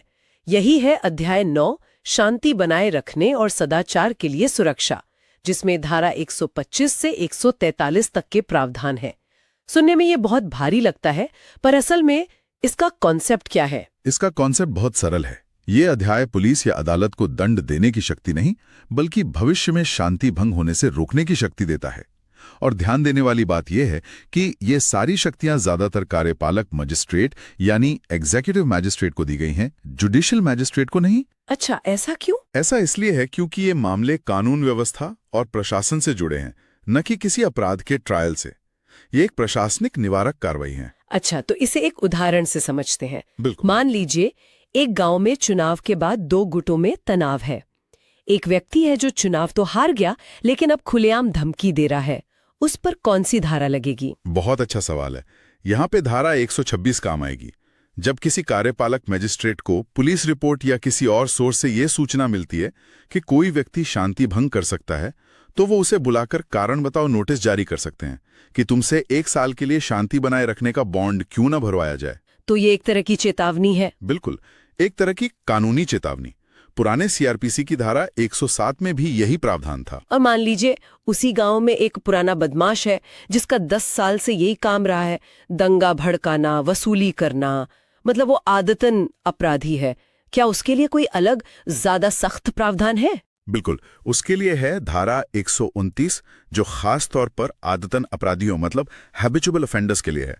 अगर कोई व्यक्ति चोरी, डकैती, अपहरण या नकली सिक्के बनाने जैसे अपराधों का आदी है, तो कार्यपालक मैजिस्ट्रेट उसे 3 साल तक के लिए सदाचार यानी गुड बिहेवियर का बॉन्ड भरवा सकते हैं। तो ये सीआरपीसी की धारा 110 जैसा ही है। हाँ बिल्कुल, इसका मकसद उस व्यक्ति को सुधारना है जिसका अपराध करना एक आदत बन चुका है। ये तो हुई निवारक कार्रवाई की बात, लेकिन अगर कोई व्यक्ति पहले से ही किसी गंभीर अपराध में दोषी ठहराया जा चुका हो, तब क्या होगा? उसके लिए धारा 125 है।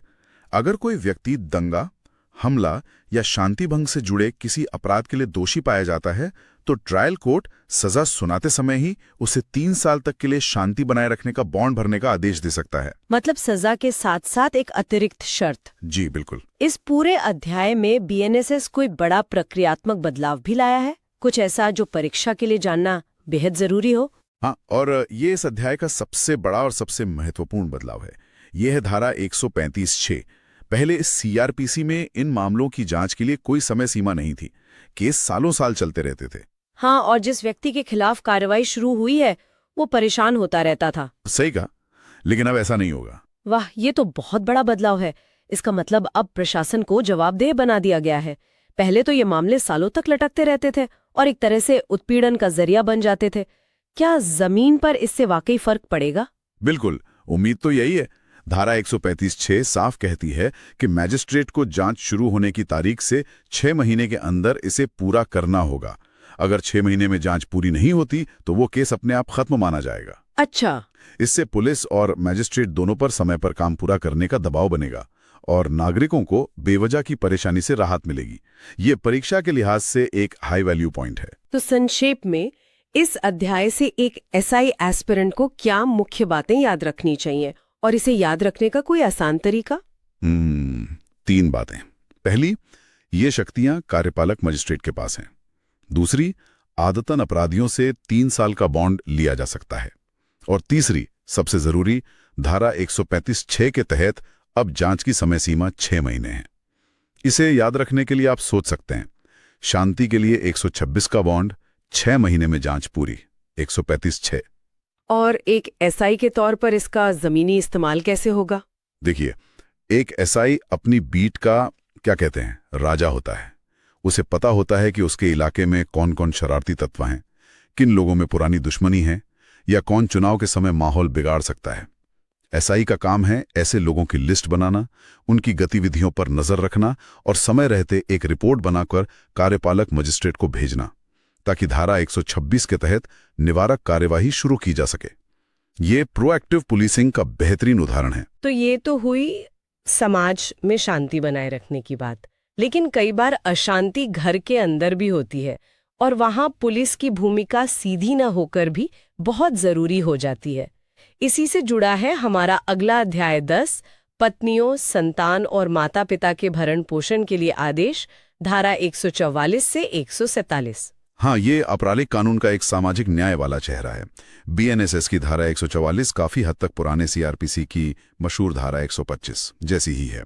ये उन पत्नियों, बच्चों और माता पिता को आर्थिक सहारा देने की बात करती है जो अपना गुजारा खुद नहीं कर सकते और जिनके पति, पिता या संतान उनकी जिम्मेदारी नहीं उठा रहे हैं। तो क्या इसमें कोई बदलाव नहीं किया गया है या कोई ऐसी नई बात है जो इसे पहले से बेहतर बनाती है? इसमें एक बहुत ही छोटा लेकिन बेहद असरदार बदलाव किया गया है और यहाँ पर बीएनएसएस एक बहुत बड़ा सुधार लाता है, जो सीधे तौर पर पीड़ितों को तुरंत राहत देने के लिए है। अच्छा, सोचिए, पहले मेंटेनेंस के लिए अर्जी सालों तक लटक सकती थी और जो महिला या बच्चा आर्थिक मदद के लिए अदालत आया है उसे फैसला आने तक इंतजार करना पड़ता था। हाँ, ये तो एक बहुत ही समस्या थी। अंतरिम राहत यानी इंटरिम मेंटेनेंस मिलने में भी बहुत देर हो जाती थी। बिल्कुल, इसी समस्या को दूर करने के लिए बीएनएसएस की धारा 144(1) में एक नया परंतुक प्रोवाइजो जोड़ा गया है। ये कहता है कि अंतरिम भरण पोषण के लिए दी गई अर्जी का निपटारा दूसरे पक्ष को नोटिस मिलने की तारीख से 60 दिनों के अंदर करना ही होगा। 60 दिन, ये तो अनिवार्य है। जी हाँ, ये 60 दिन की समय सीमा अनिवार्य है।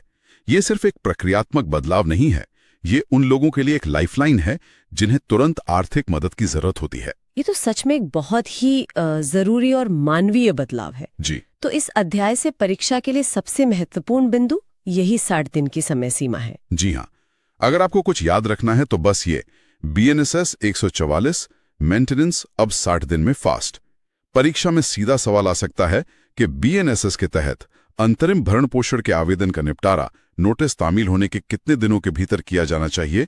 जवाब होगा 60 दिन। और एक एसआई के लिए इसकी क्या अहमियत है? ये तो सीधे तौर पर पुलिस का काम नहीं है। सही कहा, ये सीधे तौर पर पुलिस जांच का मामला नहीं है, लेकिन थाने में हर रोज घरेलू हिंसा और पारिवारिक झगड़े के मामले आते हैं।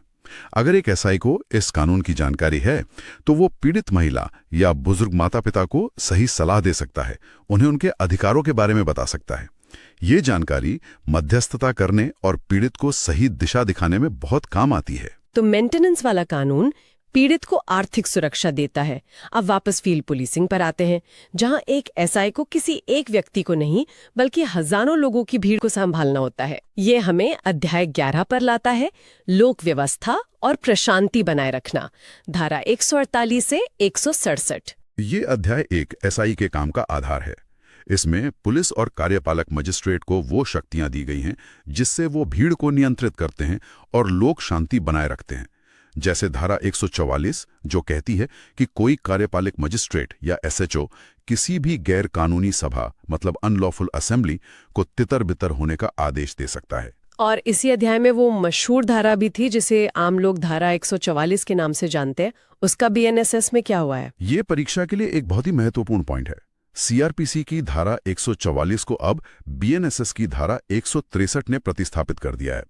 तो अब जो धारा 144 है वो असल में बीएनएसएस की धारा 163 है। अच्छा, तो अभी 163 है। जी, ये धारा जिला मजिस्ट्रेट, डीएम या किसी अन्य कार्यपालक मजिस्ट्रेट को दंगे या किसी बड़े खतरे की आशंका होने पर निषेधाज्ञा मतलब प्रोहिबिटरी ऑर्डर्स जारी करने का अधिकार देती है, जैसे कि 4 से ज्यादा लोगों के इकट्ठा होने पर रोक लगाना। क्या इस आदेश की अवधि में भी कोई बदलाव किया गया है?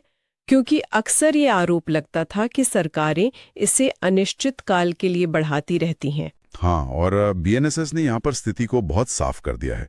धारा 1634 के अनुसार मजिस्ट्रेट का ऑर्डर शुरू में 60 दिनों यानी 2 महीने तक लागू रह सकता है।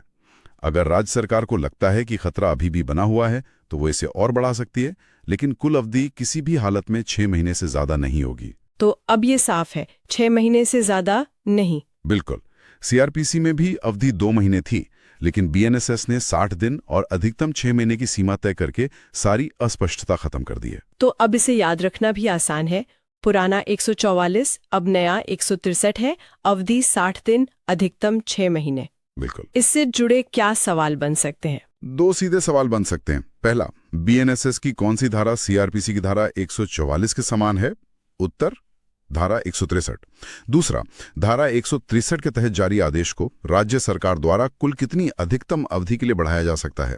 उत्तर, 6 महीने। एक एसआई के लिए इन शक्ति और उनकी सीमाओं को जानना बेहद जरूरी है, क्योंकि जुलूस, विरोध प्रदर्शन और सांप्रदायिक तनाव की स्थितियों में इसी का इस्तेमाल होता है। ठीक है, तो हमने व्यक्ति से शांति भंग का खतरा देख लिया, बड़ी भीड़ को नियंत्रित करने की शक्ति देख ली। अब आते हैं उस स्थिति पर जब अपराध होने ही वाला हो। अध्याय 12, पुलिस की निवारक कार्रवाई, धारा 168 से 172, जो पुलिस को सीधे एक्शन लेने की शक्ति देता है। बिल्कुल, ये अध्याय पुलिस की निवारक भूमिका का सार है। इसकी आत्मा बसती है धारा 168 में, जो बहुत सरल शब्दों में कहती है कि हर पुलिस अधिकारी का ये कर्तव्य है कि वो किसी भी संज्ञेय अपराध, कॉग्निजेबल ऑफेंस को होने से रोकने के लिए हस्तक्षेप करे। ये पुलिस का मूल कर्तव्य है। जी। और इस हस्तक्षेप में क्या गिरफ्तारी भी शामिल है बिना वारंट के? हाँ, और वही इस अध्याय का सबसे शक्तिशाली और चर्चित प्रावधान है, धारा 170। इसे ही निवारक गिरफ्तारी या प्रिवेंटिव अरेस्ट कहते हैं। अगर किसी पुलिस अधिकारी को ये विश्वास करने का कारण है कि कोई व्यक्ति कोई संज्ञेय अपराध करने की योजना बना रहा है और उसे बिना गिरफ्तार किए उस अपराध को रोका नहीं जा सकता, तो वो उस व्यक्ति को बिना मजिस्ट्रेट के वारंट के गिरफ्तार कर सकता है। ये तो एक बहुत शक्तिशाली उपकरण है, लेकिन क्या इसके गलत इस्तेमाल का भी खतरा है? 24 घंटे की हिरासत का मतलब किसी को बिना कोई अपराध किए 1 दिन के लिए बंद कर देना है? आपने बहुत सही मुद्दा उठाया। इसीलिए कानून ने शक्ति पर एक मजबूत सीमा लगाई है। धारा 170 के तहत गिरफ्तार किए गए व्यक्ति को 24 घंटे से ज्यादा हिरासत में नहीं रखा जा सकता, यात्रा का समय छोड़कर। अच्छा, 24 घंटे के अंदर पेश करना ही होगा? हाँ, 24 घंटे के अंदर उसे मजिस्ट्रेट के सामने पेश करना ही होगा। ये प्रावधान पुराने सीआरपीसी की धारा 151 के जैसा ही है और इस संतुलन बनाता है, पुलिस को तत्काल कार्रवाई की शक्ति देता है, लेकिन व्यक्ति के अधिकारों की रक्षा भी करता है। इसे एक व्यावहारिक उदाहरण से समझाइए। एक एसआई इस शक्ति का इस्तेमाल कब और कैसे करता है? जरूर, मुझे एक स्थिति की कल्पना करने दीजिए। मान लीजिए एक एसआई को खुफिया जानकारी मिलती है कि एक शहर में 2 समुदायों के बीच जुलूस को लेकर बड़ा दंगा भड़काने की साजिश हो रही है। अभी तक कोई अपराध नहीं हुआ है, इसलिए एफआईआर करने का कोई ठोस आधार नहीं है, लेकिन खतरा असली और तत्काल है। तब एसआई इसी शक्ति धारा 70 का इस्तेमाल करके मुख्य 4-5 साजिशकर्ताओं को 24 घंटे के लिए हिरासत में ले सकता है। और उस 24 घंटे में क्या होगा? उस 24 घंटे के दौरान पुलिस शांति समिति की बैठकें करके इलाके में गश्त बढ़ाकर माहौल को शांत कर सकती है। एक बड़ा दंगा होने से टल जाता है। ये इस धारा की असली ताकत है। तो इस अध्याय को याद रखने का सूत्र क्या होगा? बात सीधा, इसी का इरादा 170 में कार्रवाई, हिरासत सिर्फ 24 घंटे की। परीक्षा में इसे सवाल आ सकता है कि बीएनएसएस की किस धारा के तहत पुलिस संज्ञेय अपराध को रोकने के लिए बिना वारंट के गिरफ्तारी कर सकती है। उत्तर होगा धारा 170। तो आज हमने बीएनएसएस के 4 बहुत ही महत्वपूर्ण अध्यायों का विश्लेषण किया जो पुलिस की निवारक भूमिका और लोक व्यवस्था से जुड़े हैं। हमने देखा कि बीएनएसएस ने प्रक्रियाओं को समयबद्ध बनाने पर बहुत जोर दिया है, चाहे वो धारा 135 के 6 महीने की जांच सीमा हो या धारा 144 में 60 दिन की मेंटेनेंस सीमा। बिल्कुल, ये बदलाव सिस्टम को ज्यादा कुशल और जवाबदेह बनाने की कोशिश करते हैं। सैद्धांतिक रूप से तो ये बहुत अच्छा लगता है, लेकिन क्या इसका एक दूसरा पहलू भी है? कहीं ऐसा तो नहीं कि 6 महीने की डेडलाइन की वजह से पुलिस और मजिस्ट्रेट जल्दबाजी में आधी अधूरी रिपोर्ट फाइल कर दें सिर्फ खाना पूर्ति के लिए? यह एक बहुत ही वैध चिंता है और यही आज की चर्चा का अंतिम विचारणीय प्रश्न है। बीएनएसएस के ये निवारक प्रावधान पुलिस को व्यापक शक्तियां देते हैं, लेकिन साथ ही मजिस्ट्रेट की निगरानी और समय सीमा भी तय करते हैं। एक भावी सब इंस्पेक्टर के लिए सोचने वाली बात यह है कि इन शक्तियों का प्रभावी उपयोग और नागरिकों के अधिकारों का सम्मान, इन दोनों के बीच संतुलन कैसे साधा जाएगा? क्या ये नए नियम जमीनी स्तर पर पुलिसिंग को ज्यादा जवाबदेह बनाएंगे या सिर्फ प्रक्रियात्मक बोझ बढ़ाएंगे? इसका उत्तर भविष्य में आपके काम करने के तरीके से मिलेगा। आज हम बीएनएसएस के 2 ऐसे अध्यायों पर बात करेंगे जो एक सब इंस्पेक्टर की ड्यूटी की, आप कह सकते हैं, रीढ़ हैं। कौन कौन से अध्याय हैं वो? पहला है अध्याय 13 जो एफआईआर से लेकर जांच पूरी करने तक की प्रक्रिया बताता है, और दूसरा है अध्याय 14 जो ये तय करता है कि किस अपराधी पर मुकदमा किस अदालत में चलेगा। तो हमारा मिशन साफ है, इन कानूनी बदलावों को परीक्षा के नजरिए से समझना। हम पुराने सीआरपीसी से तुलना भी करेंगे, नए प्रावधानों के पीछे की सोच को जानेंगे और देखेंगे कि एक एसआई के तौर पर जमीन पर काम कैसे बदलेगा। और हम ये सब करेंगे आसान भाषा में, ताकि रटना ना पड़े बल्कि कॉन्सेप्ट्स हमेशा के लिए याद हो जाए। तो चलिए शुरू करते हैं। जी, तो सबसे पहले अध्याय 13 जो धारा 173 से 196 तक है। हाँ। एफआईआर को लेकर हमेशा से एक बहस रही है कि ये दर्ज नहीं होती या गलत दर्ज हो जाती है या फिर अधिकार क्षेत्र को लेकर पुलिस टालमटोल करती है। क्या नई संहिता की धारा 173 इन समस्याओं को दूर करती है? देखिए, काफी हद तक करती है। पुरानी सीआरपीसी की धारा 154 की जगह लेने वाली बीएनएसएस की धारा 173 में 3 बड़े और हम कह सकते हैं क्रांतिकारी बदलाव हैं। अच्छा। पहला है 0 एफआईआर को कानूनी मान्यता देना। पहले ये सुप्रीम कोर्ट की एक गाइडलाइन थी, अब ये कानून है। मतलब अपराध कहीं भी हुआ हो, आप किसी भी पुलिस स्टेशन में एफआईआर दर्ज करा सकते हैं। वो मना नहीं कर सकते? बिल्कुल नहीं। बाद में केस संबंधित थाने को ट्रांसफर कर दिया जाएगा। ये तो पीड़ितों के लिए बहुत बड़ी राहत है। दूसरा बदलाव शायद तकनीक से जुड़ा है, ईएफआईआर। इसकी बात तो बहुत समय से हो रही थी। जी, ईएफआईआर खास यह है कि अब ईमेल या किसी भी इलेक्ट्रॉनिक माध्यम से भेजी गई सूचना को एफआईआर माना जा सकता है। लेकिन इसमें कोई शर्त भी है शायद? जी, और यही एक चुनौती भी है। सूचना देने वाले को 3 दिन के अंदर थाने आकर उस पर दस्तखत करने होंगे। अब सोचिए, दूर दराज के इलाकों में जहां डिजिटल साक्षरता कम है, वहां ये 3 दिन की शर्त पूरी करना थोड़ा मुश्किल हो सकता है। ये बात तो है, पर फिर भी एक अच्छी शुरुआत है। बिल्कुल। और तीसरा बदलाव जो शायद सबसे ज्यादा बहस का विषय है, वो है प्रारंभिक जांच यानी प्रिलिमिनरी इंक्वायरी का। ये क्या है? जरूर। धारा 173(3) ये कहती है कि ऐसे अपराध जिनकी सजा 3 साल से ज्यादा लेकिन 7 साल से कम है, उनमें पुलिस अधिकारी सीधे एफआईआर दर्ज नहीं करेगा। सीधे एफआईआर नहीं करेगा तो फिर क्या करेगा? पहले वो डीएसपी रैंक के अधिकारी से इजाजत लेगा और 14 दिनों के अंदर एक शुरुआती जांच करेगा। इसका मकसद ये पता लगाना है कि शिकायत में दम है भी या नहीं, कहीं ये कोई झूठा या मामूली मामला तो नहीं। लेकिन क्या इससे असल मामलों में एफआईआर दर्ज होने में बेवजह की देरी नहीं होगी? 14 दिन एक लंबा समय होता है। आपकी चिंता जायज है और ये एक बहस का मुद्दा भी है। कानून बनाने वालों का तर्क ये है कि इससे पुलिस का समय बचेगा और वो गंभीर मामलों पर ध्यान दे पाएगी। साथ ही बेकसूर लोगों को झूठे मुकदमों में फंसाने से बचाया जा सकेगा। मतलब एक फिल्टर की तरह काम करेगा ये? जी। पुराने सीआरपीसी में इसका कोई साफ नियम नहीं था, अब इसे कानूनी ढांचा दिया गया है। जैसे अगर कोई कारोबारी दुश्मनी में 3 साल की सजा वाले धोखाधड़ी का केस दर्ज कराता है, तो अब एसआई पहले 14 दिन में तथ्यों की जांच करेगा, फिर एफआईआर दर्ज करेगा। समझ गई। मतलब इरादा नेक है, पर इसका जमीनी असर देखना होगा। चलिए अब एक ऐसे बदलाव पर आते हैं जो भारतीय पुलिसिंग का चेहरा बदल सकता है। धारा 176(3) में अनिवार्य फोरेंसिक जांच। आपने बिल्कुल सही नब्ज पकड़ी है। ये शायद इस पूरे कानून के सबसे महत्वपूर्ण बदलावों में से एक है। अच्छा, ऐसा क्या है इसमें? नई धारा 176(3) कहती है कि कोई भी अपराध जिसमें सजा 7 साल या उससे ज्यादा है, मतलब गंभीर अपराध। जी, गंभीर अपराध। उनमें जांच अधिकारी यानी एसएचओ की जिम्मेदारी होगी कि वो फोरेंसिक एक्सपर्ट को क्राइम सीन पर बुलाएं। एक्सपर्ट वैज्ञानिक तरीके से सबूत इकट्ठा करेंगे और इस पूरी प्रक्रिया की वीडियोग्राफी करना भी अनिवार्य होगा। वीडियोग्राफी भी अनिवार्य है। हाँ, भले ही अपने मोबाइल फोन से क्यों ना की जाए। इसका मतलब ये है कि अब केस सिर्फ गवाहों के बयानों पर नहीं टिकेगा जो बाद में पलट भी सकते हैं। अब केस की बुनियाद वैज्ञानिक सबूतों पर होगी। बिल्कुल, इससे अदालत में केस को साबित करना ज्यादा आसान और पुख्ता हो जाएगा। देश के कन्विक्शन रेट पर इसका सीधा असर पड़ सकता है। और पुराने कानून से ये कितना अलग है? सीआरपीसी में ये सब जांच अधिकारी के विवेक पर था। वो चाहे तो फोरेंसिक टीम बुलाए, न चाहे तो ना बुलाए। अब ये वैकल्पिक नहीं, अनिवार्य है। तो अब एक एसआई का पहला काम क्या होगा? मान लीजिए किसी हत्या के मामले में। उसका पहला काम होगा सीन को सुरक्षित करके फोरेंसिक टीम को बुलाना।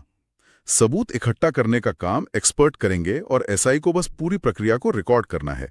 इससे जांच में मनमानी और सबूतों से छेड़छाड़ की गुंजाइश लगभग खत्म हो जाएगी। ये तो बहुत बड़ा कदम है। अब बात करते हैं गिरफ्तारी के बाद की प्रक्रिया की, यानी रिमांड की।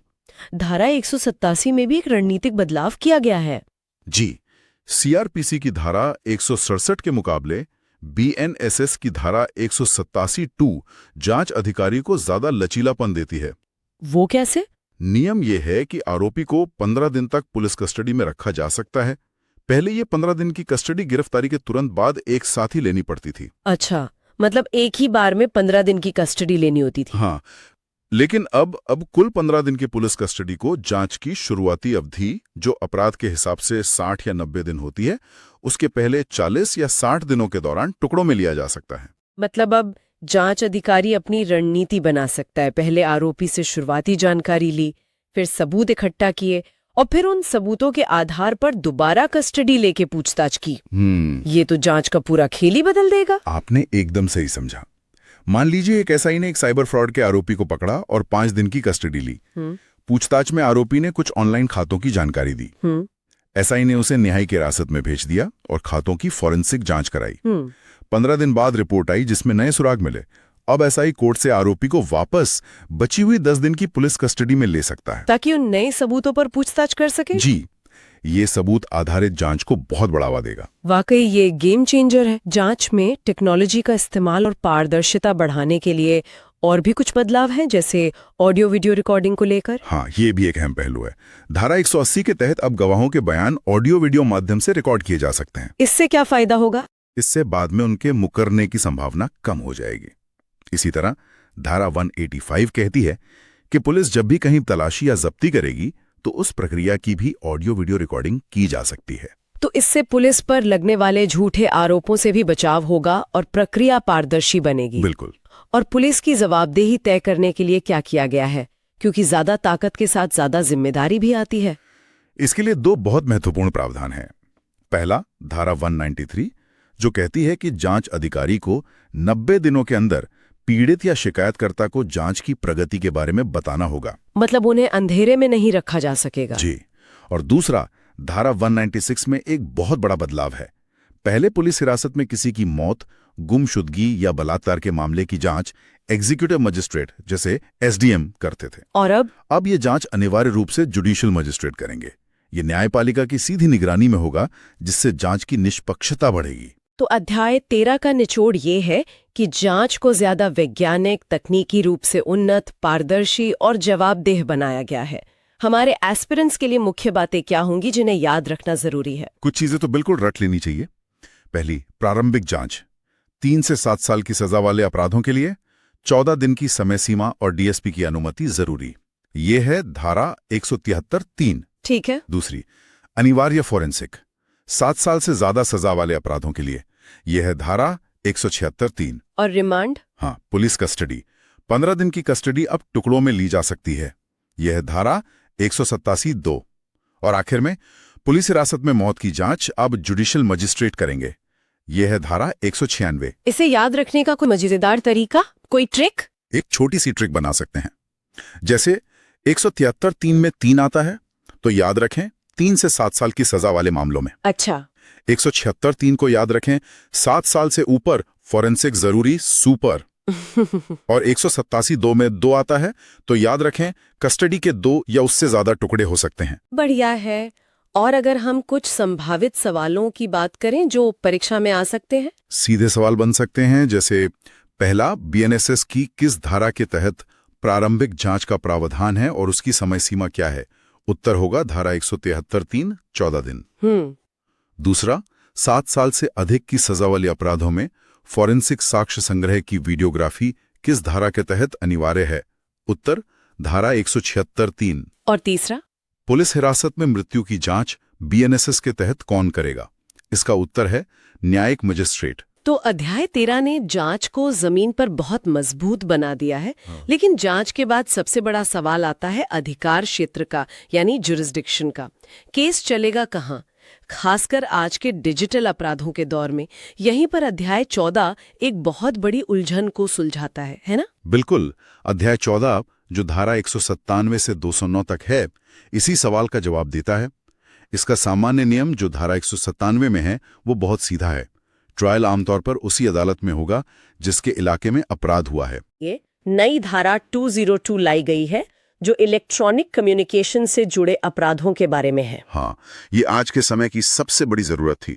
धारा 202 साफ कहती है कि अगर कोई अपराध इलेक्ट्रॉनिक माध्यम से किया गया है, जैसे ईमेल, व्हाट्सएप, फोन कॉल या सोशल मीडिया, सोशल मीडिया, तो उसका ट्रायल 2 जगह हो सकता है।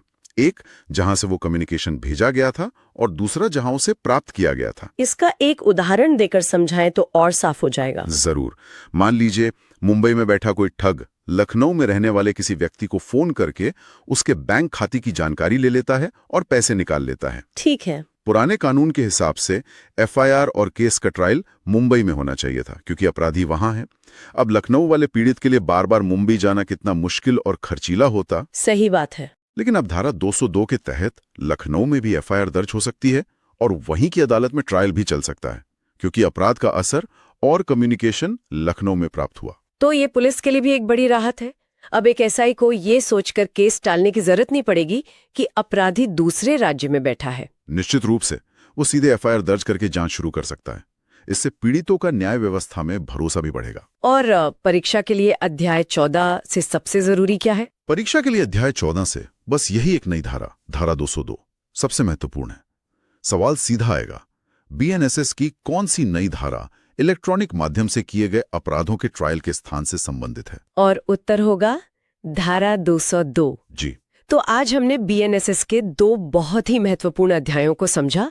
अध्याय 13 जांच की पूरी प्रक्रिया को बदल रहा है, उसे ज्यादा वैज्ञानिक और जवाबदेह बना रहा है। और अध्याय 14 डिजिटल युग की चुनौतियों का जवाब दे रहा है।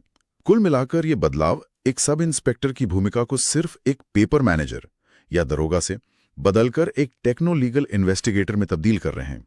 अंत में सभी अभ्यर्थियों के लिए एक विचार छोड़ जाते हैं जिस पर वे सोच सकते हैं।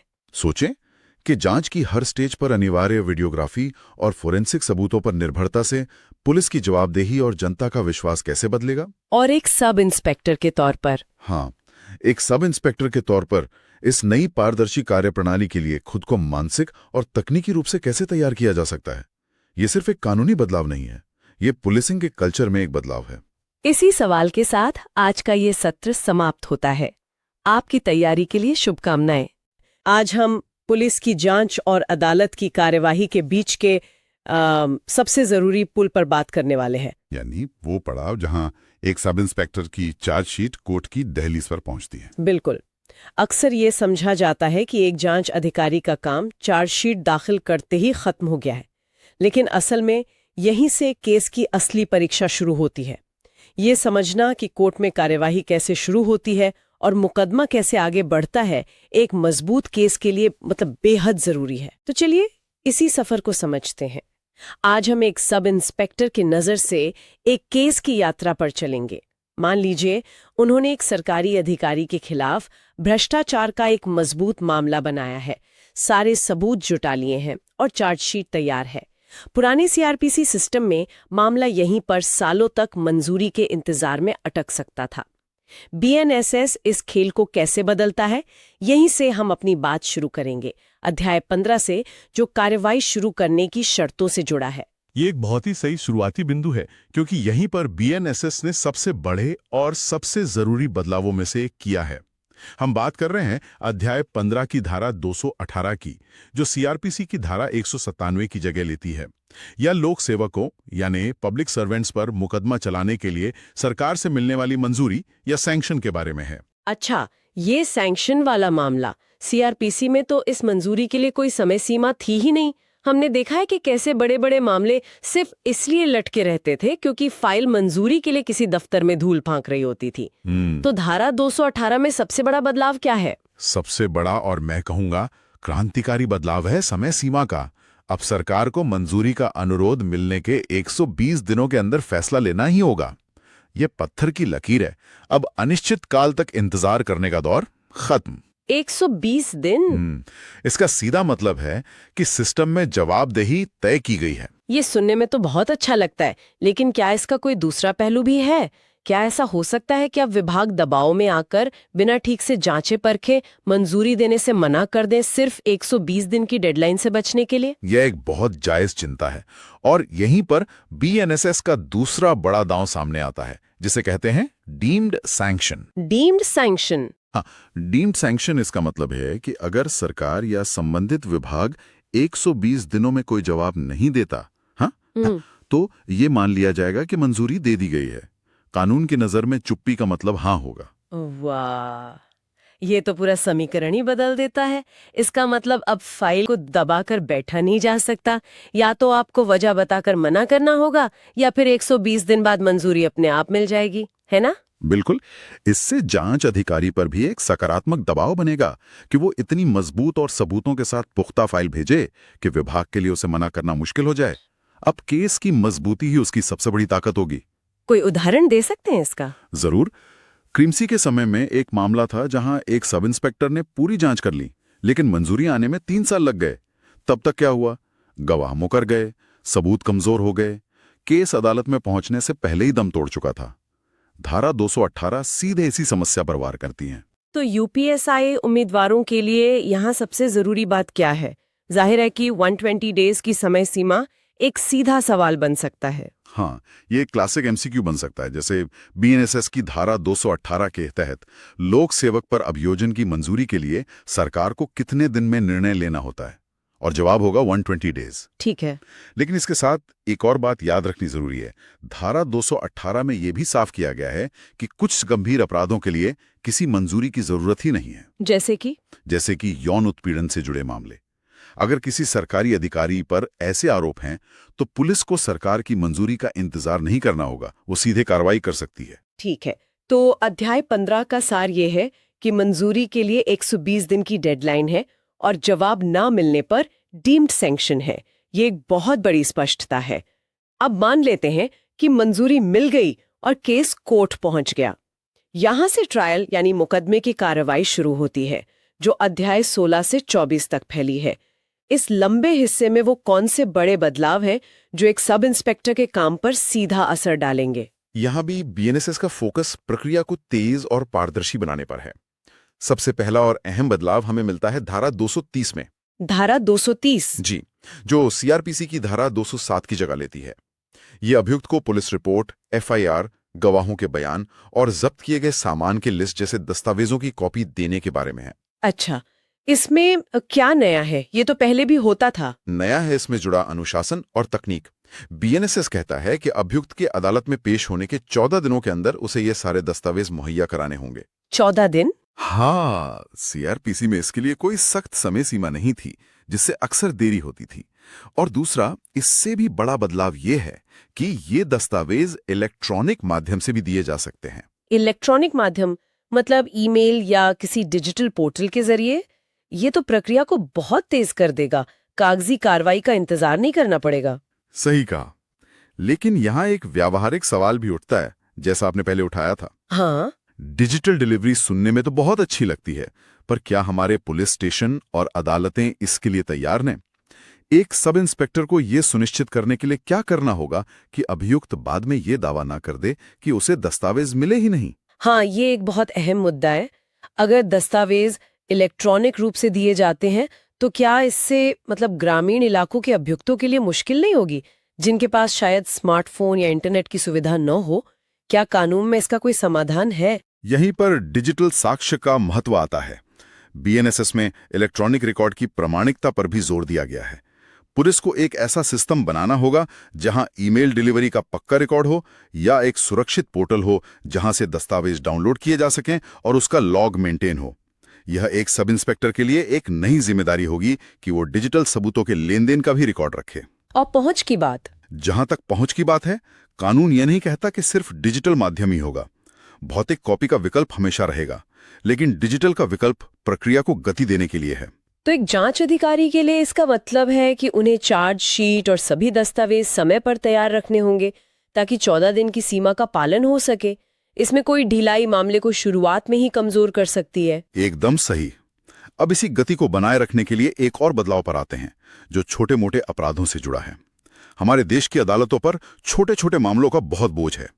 क्या बीएनएसएस इस बोझ को कम करने के लिए कुछ करता है? हाँ, मैं इसी पर आने वाली थी। हम बात करें अध्याय 22 की, जो संक्षिप्त विचारण यानी समरी ट्रायल से जुड़ा है। समरी ट्रायल का मतलब है छोटे अपराधों की फटाफट सुनवाई, जिसमें प्रक्रिया लंबी और जटिल नहीं होती। बीएनएसएस की धारा 283 में एक बहुत ही व्यावहारिक बदलाव किया गया है।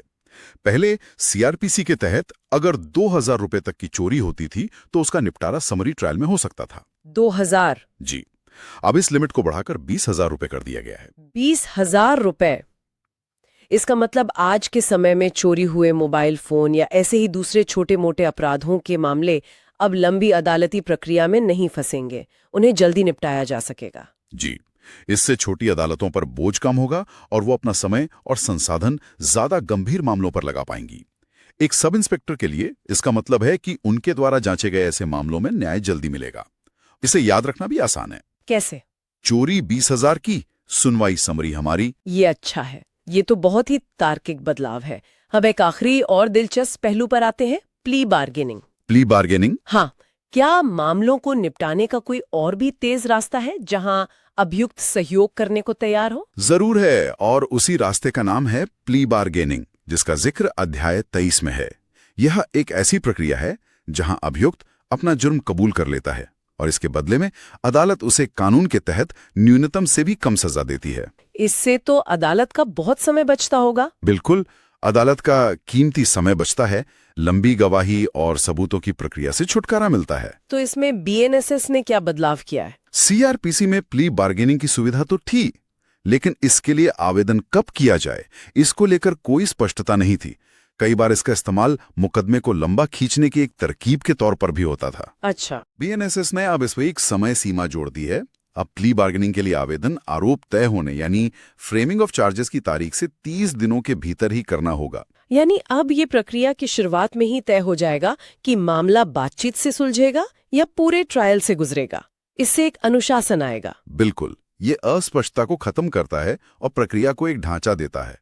यह सुनिश्चित करता है कि प्ली बार्गेनिंग एक गंभीर विकल्प के तौर पर इस्तेमाल हो, न कि देरी करने के हथकंडे के रूप में। आज की इस पूरी चर्चा को अगर हम समेटें तो एक तस्वीर उभर कर आती है। बीएनएसएस ने सिर्फ जांच के तरीकों को ही नहीं बदला, बल्कि अदालत की प्रक्रियाओं को भी आधुनिक, समयबद्ध और जवाबदेह बनाने की कोशिश की है। 120 दिन की मंजूरी सीमा हो, 14 दिन में दस्तावेजों की डिजिटल डिलीवरी हो या प्ली बार्गेनिंग के लिए 30 दिन की समय सीमा, हर जगह एक ही संदेश है, रफ्तार और स्पष्टता। निश्चित रूप से। और अंत में सभी उम्मीदवारों के लिए एक विचारणीय बात है। एक सब इंस्पेक्टर का काम सबूत इकट्ठा करना और चार्जशीट दाखिल करना है, लेकिन एक बेहतरीन सब इंस्पेक्टर वो है जो ये समझता है कि उसके द्वारा इकट्ठा किया गया सबूत अदालत में कैसे प्रस्तुत किया जाएगा और मुकदमे की कसौटी पर कैसे खरा उतरेगा। आप कह रहे हैं कि एक अच्छी जांच कोर्ट प्रूफ होनी चाहिए। हाँ, विचारण प्रक्रियाओं की ये समझ एक जांच को कोर्ट प्रूफ बनाती है। ये जानना कि आपके केस की कानूनी यात्रा आगे कैसी होगी, आपको शुरू से ही एक मजबूत और अभेद्य मामला बनाने में मदद करता है। आपको पता होता है कि आपके सबूत को किस प्रक्रियात्मक फिल्टर से गुजरना पड़ेगा। यही एक अच्छे और एक महान जांच अधिकारी के बीच का अंतर है। और शायद सभी उम्मीदवारों के लिए सोचने वाली बात भी यही है। बीएनएसएस पूरे सिस्टम को तेज होने के लिए प्रेरित कर रहा है, लेकिन रफ्तार अगर सटीकता के बिना हो तो खतरनाक हो सकती है। अगली पीढ़ी के सब इंस्पेक्टरों के लिए असली चुनौती सिर्फ केस सुलझाना नहीं होगी, बल्कि केस को इस तरह से सुलझाना होगी कि उनके सबूत, प्रक्रिया और दस्तावेज न्याय की इस नई तेज रफ्तार टाइमलाइन पर टिक सके। आज हम बीएनएसएस के 4 बहुत ही जरूरी अध्यायों को समझने की कोशिश करेंगे। हाँ, और ये समझना बहुत जरूरी है कि ये सिर्फ धाराओं के नंबर बदलना नहीं है। ये पुलिसिंग की जो पूरी प्रक्रिया है उसमें एक बुनियादी बदलाव है। आज हम सबूत, मुकदमे, अपील और सजा के निष्पादन से जुड़े प्रावधानों को समझेंगे। बिल्कुल, और हमारा ध्यान उन बदलावों पर रहेगा जो एक सब इंस्पेक्टर के काम करने के तरीके को सीधे तौर पर प्रभावित करेंगे। जी, तो चलिए इन 4 अध्यायों की विस्तृत समीक्षा शुरू करते हैं। अध्याय 25 जांच और विचारण में साक्ष्य, अध्याय 26 जांच और विचारण के बारे में साधारण उपबंध, अध्याय 31 अपीलें और अध्याय 34 दंड देशों का निष्पादन, निलंबन, परिहार और लघुकरण। तो सबसे पहले अध्याय 25 जो कि धारा 307 से 336 तक है। ये अध्याय अदालती कार्रवाई में सबूत दर्ज करने के तरीके से जुड़ा है। हाँ, और इस अध्याय में अगर यूपीएसआई के नजरिए से देखें तो सबसे महत्वपूर्ण धारा है धारा 336। धारा 336? जी, ये अभियुक्त की अनुपस्थिति में साक्ष्य के रिकॉर्ड से संबंधित है। अच्छा, इसमें वो समस्या आती थी ना कि कोई सरकारी अफसर, जैसे कोई डॉक्टर, रिपोर्ट बनाकर रिटायर हो गया या उसका ट्रांसफर हो गया तो केस अटक जाता था। बिल्कुल, अब उसी के लिए एक नया और बहुत जरूरी प्रावधान जोड़ा गया है। अगर कोई सरकारी कर्मचारी जैसे कोई मेडिकल ऑफिसर या फोरेंसिक एक्सपर्ट अपनी रिपोर्ट तैयार करने के बाद रिटायर हो जाता है या उसका ट्रांसफर हो जाता है, हाँ, या उसकी मृत्यु हो जाती है, तो उसकी जगह आने वाला जो नया अधिकारी है, जिसे सक्सेसर ऑफिसर कहते हैं, वो भी उस रिपोर्ट पर गवाही दे सकता है। ओह, ये तो बहुत बड़ा बदलाव है। बहुत बड़ा। पुरानी सीआरपीसी की धारा 299 में ये साफ नहीं था, जिससे अक्सर मुकदमों में सालों की देरी होती थी क्योंकि मूल अधिकारी गवाही के लिए मिलता ही नहीं था। तो इसका एक आसान सा उदाहरण क्या हो सकता है? मान लीजिए एक डॉक्टर ने पोस्टमार्टम रिपोर्ट बनाई और फिर उसका ट्रांसफर लखनऊ से आगरा हो गया। ठीक है। अब बीएनएसएस की धारा 336 के तहत आगरा में जो नया डॉक्टर आया है वो भी उस रिपोर्ट को अदालत में प्रमाणित कर सकता है।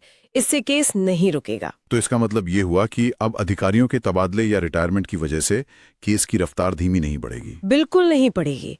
तो इस अध्याय के जो मुख्य बिंदु है वो यही है। पहला कि उत्तराधिकारी अधिकारी मतलब सक्सेसर ऑफिसर की गवाही अब मान्य है, और अभियुक्त की गैर मौजूदगी में भी सबूत दर्ज हो सकते हैं। जी, और इसे याद रखने के लिए एक छोटी सी ट्रिक है। क्या? धारा 336 सबूत नहीं रुकेगा चाहे अफसर बदले। बहुत बढ़िया। तो यूपीएसआई में इससे जुड़ा सवाल कैसे आ सकता है? सीधा सवाल बन सकता है, बीएनएसएस की किस धारा के तहत एक उत्तराधिकारी चिकित्सा अधिकारी अपने पूर्ववर्ती द्वारा तैयार की गई रिपोर्ट पर साक्ष्य दे सकता है?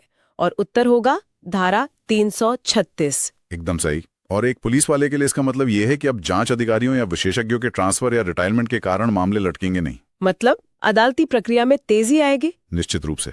ठीक है, तो सबूत वाला हिस्सा तो हो गया। अब आते हैं अगले अध्याय पर, अध्याय 26। ये धारा 337 से 366 तक है। इसमें मुकदमे से जुड़ी सामान्य प्रक्रियाओं के बारे में बताया गया है। हाँ, और इसमें 2 धाराएं बहुत बहुत महत्वपूर्ण हैं। या तो वो पूरी तरह से नई हैं या उनमें बहुत बड़ा बदलाव किया गया है। कौन कौन सी? पहली है धारा 351। ये अभियुक्त की परीक्षा करने की शक्ति के बारे में है। अच्छा, ये सीआरपीसी की धारा 313 जैसी है। हाँ, ये उसी का नया रूप है। लेकिन अब अदालत अभियुक्त को एक लिखित बयान मतलब रिटन स्टेटमेंट दाखिल करने की अनुमति दे सकती है। ओह, ये तो काफी अहम बदलाव है। जी, साथ ही अदालत अब सवाल तैयार करने में अभियोजक यानी प्रोसिक्यूटर और बचाव पक्ष के वकील दोनों की मदद ले सकती है। तो पुरानी सीआरपीसी 313 में तो सिर्फ मौखिक परीक्षा पर ही जोर था। हाँ, मुख्य रूप से मौखिक पर ही जोर था। ये लिखित बयान का जो विकल्प है ये एक बड़ा प्रक्रियात्मक बदलाव है। मतलब अब आरोपी सिर्फ जज के सवालों का मुंह जबानी जवाब ही नहीं देगा, बल्कि अपनी बात को विस्तार से लिखकर भी कोर्ट के सामने रख सकता है। बिल्कुल। और अब आते हैं दूसरी और शायद सबसे क्रांतिकारी धारा पर, धारा 356। हाँ, धारा 356 यानी अनुपस्थिति में विचारण या ट्रायल इन एब्सेंटिया। ये तो उन भगोड़े अपराधियों के लिए जो देश छोड़कर भाग जाते हैं, है ना? एकदम। ये भगोड़े अपराधी यानी प्रोक्लेम्ड ऑफेंडर पर उसकी गैर मौजूदगी में मुकदमा चलाने की एक पूरी प्रक्रिया देता है। ये काम कैसे करेगा? देखिए, चार्ज फ्रेम होने के 90 दिनों के बाद अदालत अभियुक्त की गैर मौजूदगी में भी गवाहों को सुनकर मुकदमा पूरा कर सकती और फैसला भी सुना सकती है। लेकिन एक मिनट, अगर अभियुक्त वहां है ही नहीं तो उसका पक्ष कौन रखेगा? ये तो एक तरफा हो जाएगा। नहीं, इसका भी ध्यान रखा गया है। अभियुक्त को सरकार की तरफ से एक वकील भी दिया जाएगा। अच्छा, पुराने कानून में ऐसा कोई साफ प्रावधान नहीं था जिससे दाऊद इब्राहिम जैसे भगोड़े अपराधियों पर मुकदमा चलाना लगभग नामुमकिन था। समझ गया। मतलब अगर कोई आतंकवादी या बड़े अपराध का आरोपी देश छोड़कर भाग गया है और उसे भगोड़ा अपराधी घोषित कर दिया गया है, तो अब पुलिस को उसके लौटने का इंतजार नहीं करना पड़ेगा। 90 दिन बाद उसकी गैर मौजूदगी में ही ट्रायल शुरू हो जाएगा। तो ये दोनों प्रावधान न्याय प्रक्रिया को तेज और ज्यादा प्रभावी बनाने के लिए है। हाँ, बिल्कुल। तो इस अध्याय के जो मुख्य बिंदु हैं वो हैं, पहला, अभियुक्त अब लिखित बयान दे सकता है, धारा 351, और दूसरा, भगोड़े अपराधियों पर उनकी अनुपस्थिति में मुकदमा चलाया जा सकता है, धारा 356। और इसकी मेमोरी ट्रिक है, धारा 356, भगोड़ा अब बचेगा नहीं, गैर हाजिरी में सजा मिलेगी। और यूपीएससी में क्या सवाल बन सकता है? ये पूछा जा सकता है कि बीएनएसएस की धारा 356 के तहत ट्रायल इन एब्सेंथिया शुरू करने के लिए आरोप तय होने के बाद कितनी प्रतीक्षा अवधि अनिवार्य है? 90 दिन। जी। और जमीनी स्तर पर ये धारा 356 संगठित अपराध, आतंकवाद और आर्थिक अपराधों से जुड़े मामलों को अंजाम तक पहुंचाने के लिए एक बहुत शक्तिशाली उपकरण है। खासकर उन मामलों में जहां अपराधी अक्सर न्याय से बचने के लिए देश छोड़कर भाग जाते हैं। सही कहा। ठीक है, अब बात करते हैं अध्याय 31 की, जो अपीलों से संबंधित है। जी। इस अध्याय में कोई बहुत बड़े क्रांतिकारी बदलाव नहीं है। यहाँ पर महत्वपूर्ण मौजूदा अधिकारों को बनाए रखने पर ज्यादा जोर दिया गया है। जैसे धारा 4, यह है दोषमुक्ति के विरुद्ध अपील का पीड़ित का अधिकार। मतलब अगर निचली अदालत ने आरोपी को बरी कर दिया, हाँ, तो पीड़ित खुद अपील कर सकता है। हाँ, पीड़ित उस फैसले के खिलाफ ऊपरी अदालत में अपील कर सकता है। ये अधिकार सीआरपीसी की धारा 372 में भी था और इसे बीएनएसएस में बरकरार रखा गया है। तो ये न्याय प्रणाली के पीड़ित केंद्रित दृष्टिकोण को दिखाता है। बिल्कुल। और इसी तरह धारा 416 है, जो कहती है कि बहुत छोटे या मामूली मामलों में जहां सजा बहुत कम होती है वहां अपील नहीं की जा सकती, ताकि ऊपरी अदालतों पर मुकदमों का बोझ कम हो। जी। तो इसका मतलब ये है कि अपीलों के मामले में सिस्टम की निरंतरता पर जोर दिया गया है। ठीक है, तो इस अध्याय से मुख्य बातें क्या याद रखनी है? बस 2 बातें। एक, पीड़ित का दोष मुक्ति के खिलाफ अपील का अधिकार सुरक्षित है, और 2, छोटे मामलों में अपील का कोई प्रावधान नहीं है। चले, एक पुलिस अधिकारी के लिए जानना क्यों जरूरी है? ताकि वे पीड़ितों को इसकी जानकारी दे सकें। इससे ये सुनिश्चित होता है कि न्याय सिर्फ राज्य की ही नहीं बल्कि पीड़ित की भी चिंता है। बिल्कुल सही। चलिए, अब आते हैं हमारे आज के अंतिम अध्याय पर, अध्याय 34, धारा 400 से 477 तक। ये सजा को लागू करने और सरकार द्वारा उसे बदलने की शक्तियों से जुड़ा है। हाँ, ये अध्याय सरकार की कार्यकारी शक्तियों को परिभाषित करता है। इसमें 2 मुख्य धाराएं हैं। कौन सी? एक है धारा 474, जो दंडादेश के निलंबन या परिहार की शक्ति के बारे में है। निलंबन और परिहार, इसका क्या मतलब है? परिहार यानी रिमिशन का मतलब है सजा की अवधि को कम करना, लेकिन उसका चरित्र नहीं बदलना। जैसे किसी को 20 साल की सजा हुई है तो सरकार अच्छे आचरण के आधार पर उसे घटाकर 15 साल कर सकती है। ये परिहार है। ठीक है। और दूसरी है धारा 475। ये दंडादेश के लघुकरण यानी कम्यूटेशन की शक्ति देती है। लघुकरण? हाँ, इसका मतलब है सजा की प्रकृति को एक हल्के रूप में बदलना। अच्छा, जैसे फांसी की सजा को आजीवन कारावास में बदलना। एकदम सही, ये लघुकरण है। और ये शक्तियां सीआरपीसी की धारा 432 और 433 के जैसी ही है और इन्हें बीएनएसएस में बनाए रखा गया है। तो ये आपराधिक न्याय प्रणाली में कार्यपालिका की भूमिका को स्पष्ट करता है। सही कहा। इस अध्याय के मुख्य बिंदु यही है कि सरकार के पास सजा को निलंबित करने, कम करने और उसकी प्रकृति को बदलने की शक्ति है। इसे याद रखने का कोई तरीका? बस इतना याद रखें, 474-475 सरकार का सजा पर नियंत्रण। और इससे जुड़ा कोई एमसीक्यू? हाँ, पूछा जा सकता है कि मृत्युदंड को आजीवन कारावास में बदलने की सरकार की शक्ति को क्या कहा जाता है? उसे लघुकरण या कम्यूटेशन कहते हैं, धारा 475 के तहत। बिल्कुल। और देखिए, हालांकि पुलिस का काम दोष सिद्धि तक होता है, लेकिन आपराधिक न्याय प्रणाली की पूरी समझ के लिए इन कार्यकारी शक्तियों को जानना बहुत जरूरी है। इससे पता चलता है कि न्यायिक प्रक्रिया के बाद भी सजा में बदलाव संभव है। जी, तो आज हमने बीएसएनएस के 4 अध्यायों का विश्लेषण किया।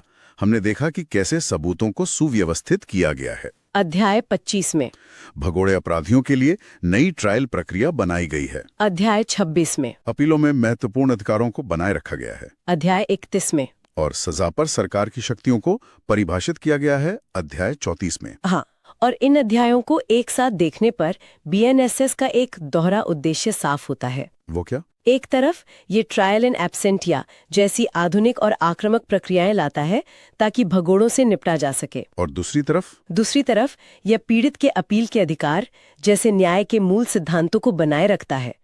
एक नए सब इंस्पेक्टर के लिए असली चुनौती इन नए प्रक्रियात्मक उपकरणों और उन मौलिक अधिकारों के बीच संतुलन बनाना होगी जो पुराने कानून से लिए गए हैं। और भविष्य के लिए एक विचारणीय प्रश्न ये भी है कि जब अनुपस्थिति में विचारण के तहत किसी को दोषी ठहराया जाता है और कई साल बाद वो व्यक्ति सामने आकर ये दावा करता है कि मुकदमा अनुचित था, तब नई प्रणाली इस स्थिति का सामना कैसे करेगी? हाँ, ये एक ऐसा सवाल है जिसका जवाब तो शायद आने वाला समय ही देगा। आज हम बीएनएसएस के 2 ऐसे अध्यायों को समझने की कोशिश करेंगे जो सीधे तौर पर पुलिसिंग की फिलॉसफी को बदल रहे हैं। अच्छा, कौन कौन से अध्याय हैं वो? पहला है अध्याय 35, जो जमानत और बॉन्ड से जुड़े नियमों की बात करता है, यानी धारा 478 से 496 तक। और दूसरा है अध्याय 39, जो विविध प्रावधानों के जरिए मतलब पूरी न्याय व्यवस्था को टेक्नोलॉजी से जोड़ने की नींव रखता है। इसमें धारा 518 से 531 है। तो एक तरफ जमानत के नियमों में मानवीय बदलाव और दूसरी तरफ टेक्नोलॉजी का जोर। लगता है प्रक्रिया को तेज और ज्यादा जवाबदेह बनाने की कोशिश है। सही पकड़ा आपने। चलिए, इसी सोच को ध्यान में रखते हुए अध्याय 35 से शुरू करते हैं। जी बिल्कुल। तो शुरू करते हैं अध्याय 35, जमानत और बंद पत्रों के बारे में प्रावधान, धारा 478 से 496। तो इसमें सबसे पहले बात करते हैं जमानती अपराधों में जमानत की, धारा 478। ये तो पहले भी एक अधिकारी था, तो इसमें आप ऐसा क्या खास है जिस पर यूपीएससी एस्पिरेंट्स को ध्यान देना चाहिए? सवाल बिल्कुल सही है आपका। देखिए, जमानत आज भी एक अधिकार है, लेकिन जो बड़ा बदलाव आया है वो एक परंतुक यानी प्रोविजो जोड़कर किया गया है। परंतुक मतलब कोई खास शर्त या छूट? हाँ बिल्कुल। यहाँ शर्त यह है कि अगर कोई ऐसा व्यक्ति गिरफ्तार होता है जो निर्धन है, मतलब गरीब है, और वो 1 हफ्ते के अंदर जमानतदार यानी श्योरिटी नहीं दे पाता, तो उसे गरीब मान लिया जाएगा। एकदम सही। उसे निर्धन मानकर सिर्फ पर्सनल बॉन्ड पर रिहा कर दिया जाएगा। ओह अच्छा, इसका मतलब तो ये हुआ कि अब कोई सिर्फ इसलिए जेल में नहीं रहेगा क्योंकि उसके पास जमानत भरने के लिए पैसे नहीं है। जी, लेकिन पुराने सीआरपीसी में तो ऐसा कोई साफ नियम नहीं था, है ना? नहीं था। सीआरपीसी की धारा 436 में बात तो थी, पर ये 1 हफ्ते की समय सीमा और निर्धन मान लिया जाएगा जैसी स्पष्टता वो नहीं थी। ये एक बहुत बड़ा सामाजिक कानूनी बदलाव है। ये वाकई एक बहुत बड़ा कदम है। अच्छा, अब उस बदलाव पर आते हैं जिसकी सबसे ज्यादा चर्चा हो रही है, विचाराधीन कैदियों की हिरासत की अवधि, धारा 479। इसे हाई वैल्यू सेक्शन क्यों कहा जा रहा है? इसे हाई वैल्यू इसलिए माना जा रहा है क्योंकि ये जेलों में भीड़ कम करने और न्याय की प्रक्रिया को मानवीय बनाने की दिशा में एक, आप कह सकते हैं, क्रांतिकारी कदम है। इसमें 2 बड़े बदलाव हैं। पहला, अगर कोई व्यक्ति पहली बार अपराधी है, फर्स्ट टाइम ऑफेंडर, और उसने अपने अपराध की अधिकतम सजा का 1/3 मतलब 1/3 हिस्सा जेल में काट लिया है, तो उसे जमानत पर रिहा करना अनिवार्य होगा। 1/3 सीआरपीसी की धारा 436A में तो ये सीमा आधी थी, यानी 1/2 थी। बिल्कुल, पहले ये सीमा सभी के लिए आधी थी।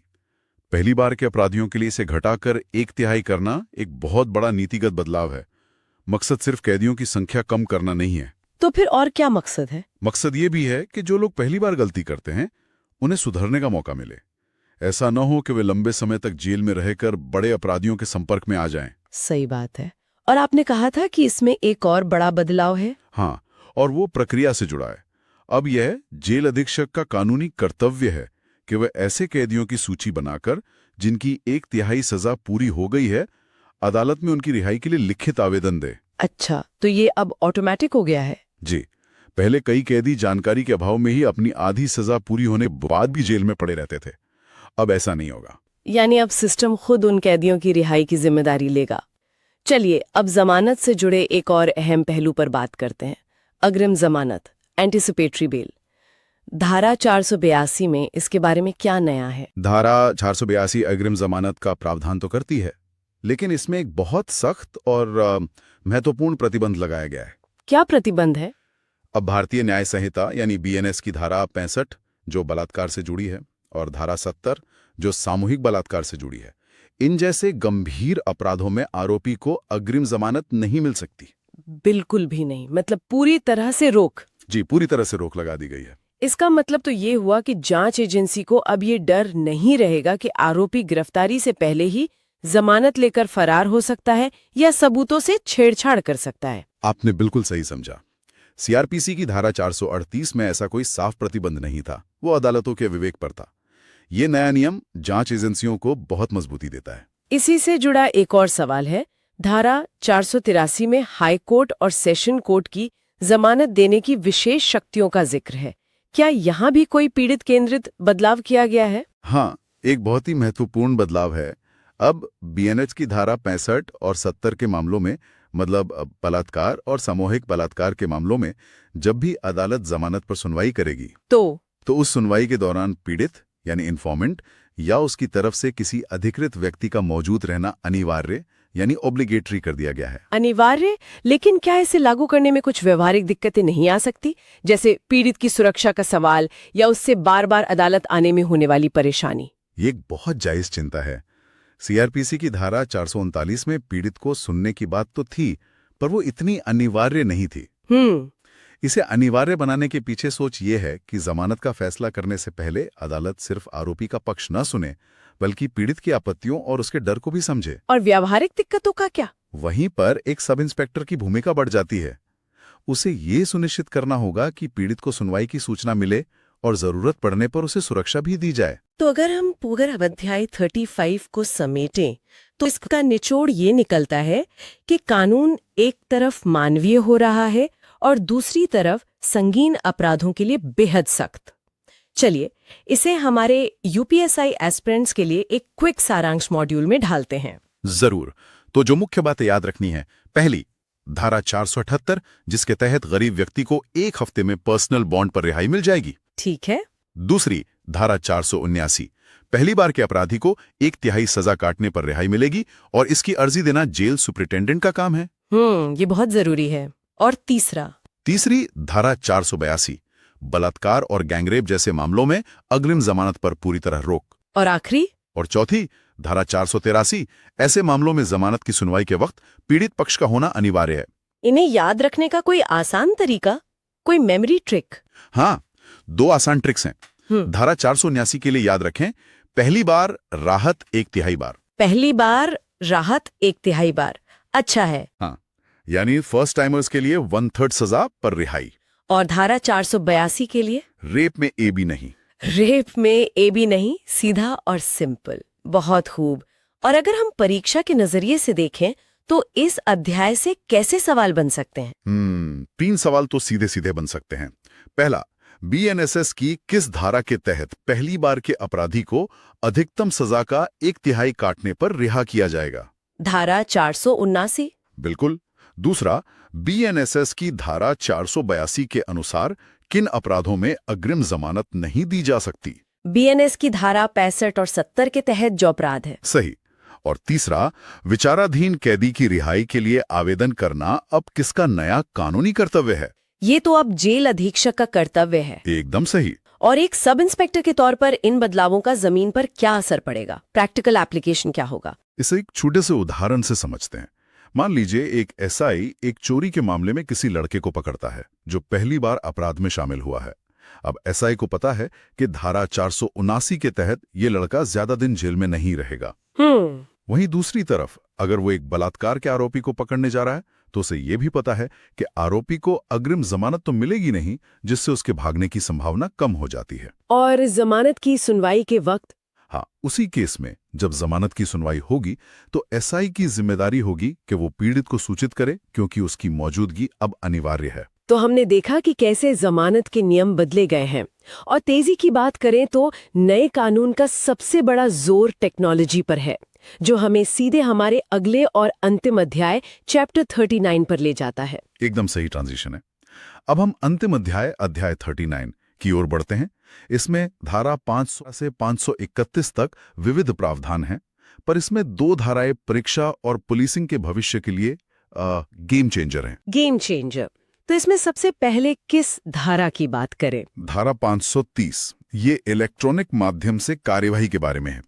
ये पूरी तरह से एक नई और बहुत व्यापक धारा है। अच्छा, क्या कहती है ये धारा? ये कहती है कि ट्रायल, जांच, गवाहों से पूछताछ, सबूतों की रिकॉर्डिंग, समन भेजना, वारंट जारी करना, अपील, सब कुछ। मतलब न्याय प्रक्रिया का हर हिस्सा? हाँ, हर हिस्सा इलेक्ट्रॉनिक मोड या वीडियो कॉन्फ्रेंसिंग से किया जा सकता है। मतलब ये धारा पूरी न्याय व्यवस्था के डिजिटलीकरण का दरवाजा खोल रही है। सीआरपीसी में तो ऐसा कोई एक प्रावधान नहीं था ना? नहीं, सीआरपीसी में अलग अलग जगहों पर वीडियो कॉन्फ्रेंसिंग का जिक्र तो था, लेकिन कोई एक ऐसी व्यापक धारा नहीं थी जो पूरी प्रक्रिया को कानूनी मान्यता देती हो। ये न्याय के भविष्य की नींव है। इसे किसी उदाहरण से समझा सकते हैं? जरूर। समझिए, एक सब इंस्पेक्टर दूर किसी गांव में तलाशी की वीडियो रिकॉर्डिंग करता है। पुराने सिस्टम में उस वीडियो को सबूत के तौर पर पेश करने में कई मुश्किलें थीं। हाँ, बिल्कुल। अब धारा 530 के तहत वो वीडियो सीधा डिजिटल ट्रायल का हिस्सा बन सकता है। गवाह भी शायद अपने जिले से ही वीडियो पर गवाही दे दे। इससे केस सालों तक नहीं अटकेगा। ये तो वाकई पुलिसिंग को पूरी तरह बदल देगा। अब आते हैं इस संहिता की आखिरी धारा पर, धारा 531, जो निरसन और व्यावृत्ति यानी रिपील एंड सेविंग से जुड़ी है। ये सुनने में बहुत तकनीकी लगता है, इसे आसान भाषा में समझाइए। बिल्कुल। निरस्त या रिपील का मतलब है किसी पुराने कानून को खत्म करना। तो ये धारा पुराने सीआरपीसी 1973 को खत्म करती है। ठीक है। लेकिन इससे भी ज्यादा जरूरी शब्द है व्यावृत्ति या सेविंग क्लॉज। इसका आसान भाषा में मतलब है कि जो पुराना चल रहा है उसे पुरानी पटरी पर ही चलने दो। यानी बीएनएसएस लागू होने से पहले जो भी जांच, केस या अपील पुराने सीआरपीसी के तहत शुरू हो चुकी थी, वो उसी पुराने कानून के हिसाब से ही पूरी की जाएगी। नया कानून उन पर ब्रेक नहीं लगाएगा। ओहो, इसका मतलब एक सब इंस्पेक्टर को आने वाले कुछ सालों तक पुराने सीआरपीसी और नए बीएनएसएस दोनों की जानकारी रखनी होगी। ये तो एक बड़ी चुनौती होगी। निश्चित रूप से ये एक ट्रांजिशन का दौर है। जब भी कोई ऐसा है किसी पुरानी केस फाइल पर काम करेगा, उसे सीआरपीसी के नियमों का पालन करना होगा और नए मामलों में बीएनएसएस का। यहीं पर एक अधिकारी की कानूनी समझ की असली परीक्षा होगी। चलिए इस छोटे लेकिन महत्वपूर्ण अध्याय का भी एक सारांश बना लेते हैं। इसके मुख्य बिंदु बहुत सीधे और स्पष्ट हैं। पहला, धारा 530 अब अदालत की हर कार्यवाही को वीडियो कॉन्फ्रेंसिंग और इलेक्ट्रॉनिक तरीके से करने की कानूनी इजाजत देती है। ठीक है। और दूसरा, धारा 531 कहती है कि बीएनएसएस लागू होने से पहले के सभी पुराने और लंबित मामले पुराने सीआरपीसी कानून के तहत ही चलते रहेंगे। और इनको याद रखने के लिए कोई मजेदार ट्रिक? बहुत आसान है। धारा 530 के लिए 530 अब सब कुछ वीडियो। 530 अब सब कुछ वीडियो, बढ़िया है। और धारा 531 के लिए आखिरी धारा पुराने केस पुराने कानून से। और इस अध्याय से यूपीएससी परीक्षा में क्या सवाल आ सकते हैं? 2 सीधे सवाल बन सकते हैं। पहला, बीएनएसएस की कौन सी धारा वीडियो कॉन्फ्रेंसिंग के माध्यम से मुकदमे की सुनवाई को अधिकृत करती है? उत्तर है धारा 530। सही। और दूसरा, यदि कोई जांच बीएनएसएस के लागू होने से पहले शुरू हुई थी, तो वो किस कानून के तहत पूरी की जाएगी? वो पुराने कानून यानी सीआरपीसी 1973 के तहत पूरी की जाएगी। बिल्कुल सही। तो आज हमने जमानत और डिजिटल कार्यवाही से जुड़े इन क्रांतिकारी बदलावों को समझा। इन सब को देखते हुए एक अंतिम विचार क्या है जो हमारे एस्पिरेंट्स को अपने साथ लेकर जाना चाहिए? मेरा अंतिम विचार ये है कि सीआरपीसी से बीएनएसएस में ये जो बदलाव है, ये सिर्फ धाराओं के नंबर बदलना नहीं है, ये पुलिसिंग की पूरी सोच और दर्शन को बदलना है। पुलिसिंग के दर्शन को बदलना? हाँ, अनिवार्य फॉरेंसिक जांच, डिजिटल सबूतों पर जोर और पीड़ितों के अधिकारों को केंद्र में रखना, ये सब मिलकर एक नए तरह के टेक्नो लीगल जांचकर्ता की मांग करते हैं। टेक्नो लीगल जांचकर्ता मतलब एक ऐसा सब इंस्पेक्टर जिसे सिर्फ कानूनी नहीं बल्कि टेक्नोलॉजी की भी गहरी समझ हो। बिल्कुल। भविष्य का सफल सब इंस्पेक्टर वही होगा जो इस नए डिजिटल और फॉरेंसिक वर्कफ्लो में महारत हासिल करेगा। वो ऐसे छेड़छाड़ प्रूफ, टेम्पर प्रूफ केस तैयार करेगा जिसमें सजा होने की दर बहुत ज्यादा होगी। याद रखिए, आने वाले समय में यही कौशल एक पुलिस अधिकारी के करियर को परिभाषित करेगा। ये सिर्फ एक परीक्षा पास करने के बारे में नहीं है, ये भारतीय पुलिसिंग के एक नए और आधुनिक युग के लिए खुद को तैयार करने के बारे में है। ये तो हुई पार्ट 1 की बात। अब पार्ट 2 में देखते हैं कि बड़े बदलाव आखिर हैं क्या। यानी अब हम BNSS 2023 और पुराने CRPC को आमने सामने रखकर समझेंगे। लगता है कि असली चुनौती ये समझने में है कि इन महत्वपूर्ण अध्यायों के अंदर क्या बदला है। सही बात है। और यहीं पर रिपोर्ट का दूसरा हिस्सा काम आता है, पुराने CRPC और नए BNSS के बीच एक कंपैरेटिव एनालिसिस। मुझे लगता है कि हमें सीधे इसी में कूदना चाहिए। बिल्कुल। चलिए, रिपोर्ट जहां CRPC में 484 धाराएं थीं, वहीं BNSS में 531 हैं। ओहो, तो चलिए देखते हैं कि इन अतिरिक्त धाराओं में क्या कुछ छिपा है। बिल्कुल, ये विस्तार ही अपने आप में ही कहानी कहता है। तो चलिए एक सब इंस्पेक्टर के नजरिए से सोचते हैं। उसे एक अपराध की सूचना मिलती है। पुराने सिस्टम में वो सीधे FIR दर्ज करके जांच शुरू कर सकती थी। क्या अब भी वही प्रक्रिया है या यहीं से बदलाव शुरू हो जाता है? देखिए, यहीं से सबसे पहला और कह सकते हैं बुनियादी फर्क आता है। अच्छा, BNSS की धारा 173(3) एक ब्रेक लगाती है। ब्रेक? हाँ, जिसे प्रारंभिक जांच या प्रिलिमिनरी इंक्वायरी कहा गया है।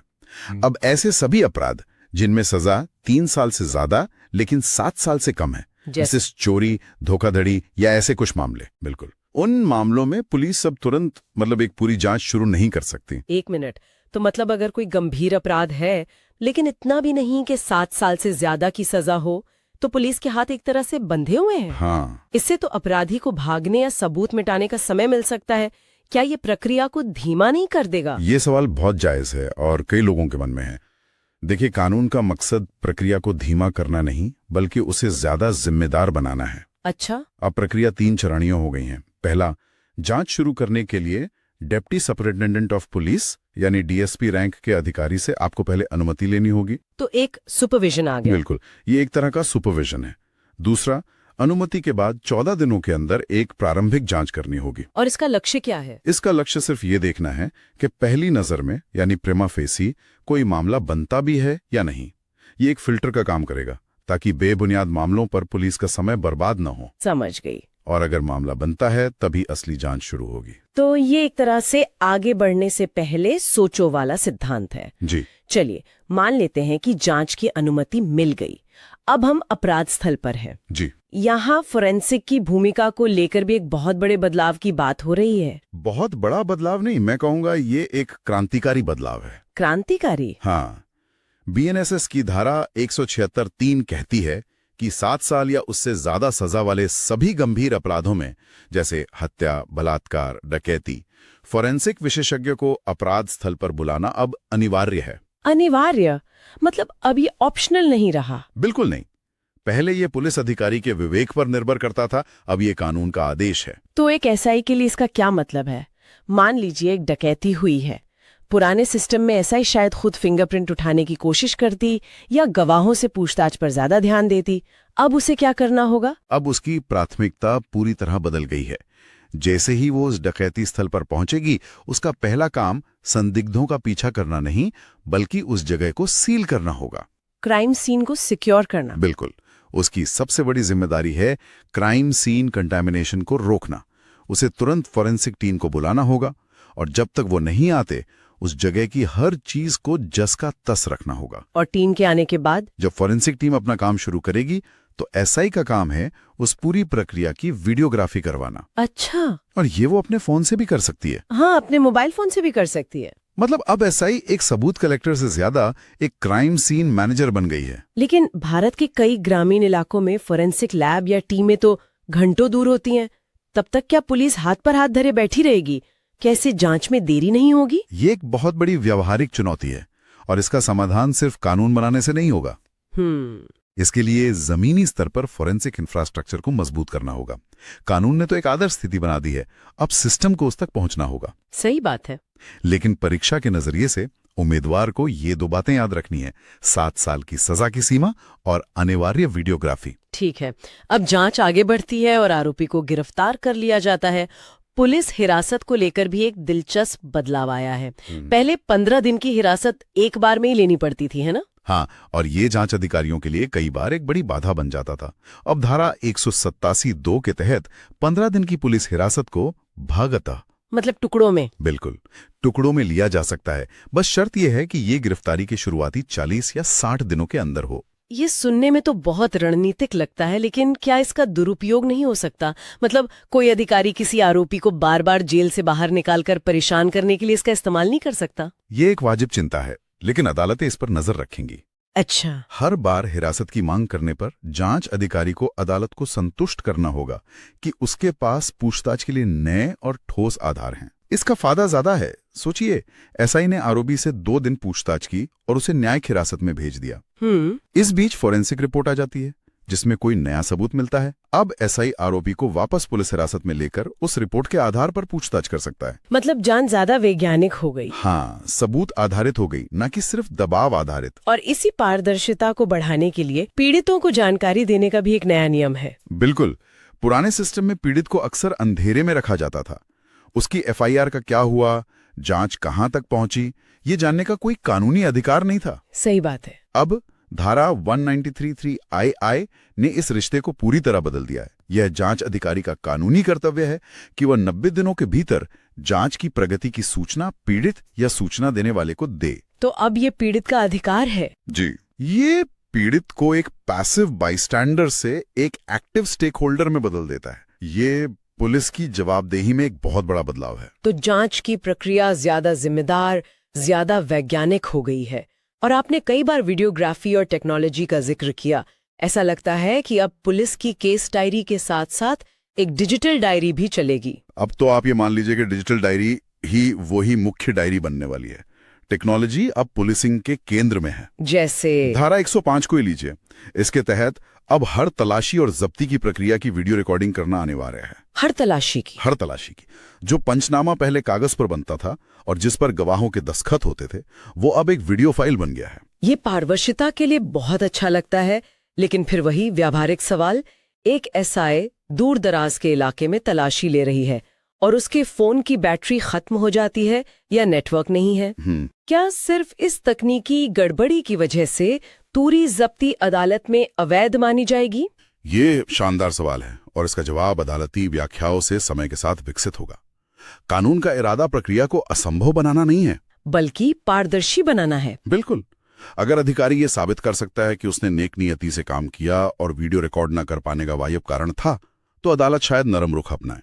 लेकिन नियम अब यही है कि वीडियो रिकॉर्डिंग करनी ही है। मतलब अब ये एक तरह से जरूरी सबूत बन गया है। हाँ, इसके बिना बचाव पक्ष के वकील के लिए उस जब्ती को चुनौती देना बहुत आसान हो जाएगा। और सिर्फ तलाशी ही नहीं, बयानों की रिकॉर्डिंग भी अब डिजिटल हो रही है। जी, धारा 180(3) के तहत गवाहों के बयान और धारा 183(1) के तहत मजिस्ट्रेट के सामने होने वाले इकबालिया बयान, दोनों की ऑडियो वीडियो रिकॉर्डिंग की जा सकती है। इसका सबसे बड़ा फायदा क्या होगा? इसका सबसे बड़ा फायदा हॉस्टाइल विटनेस की समस्या से निपटना है।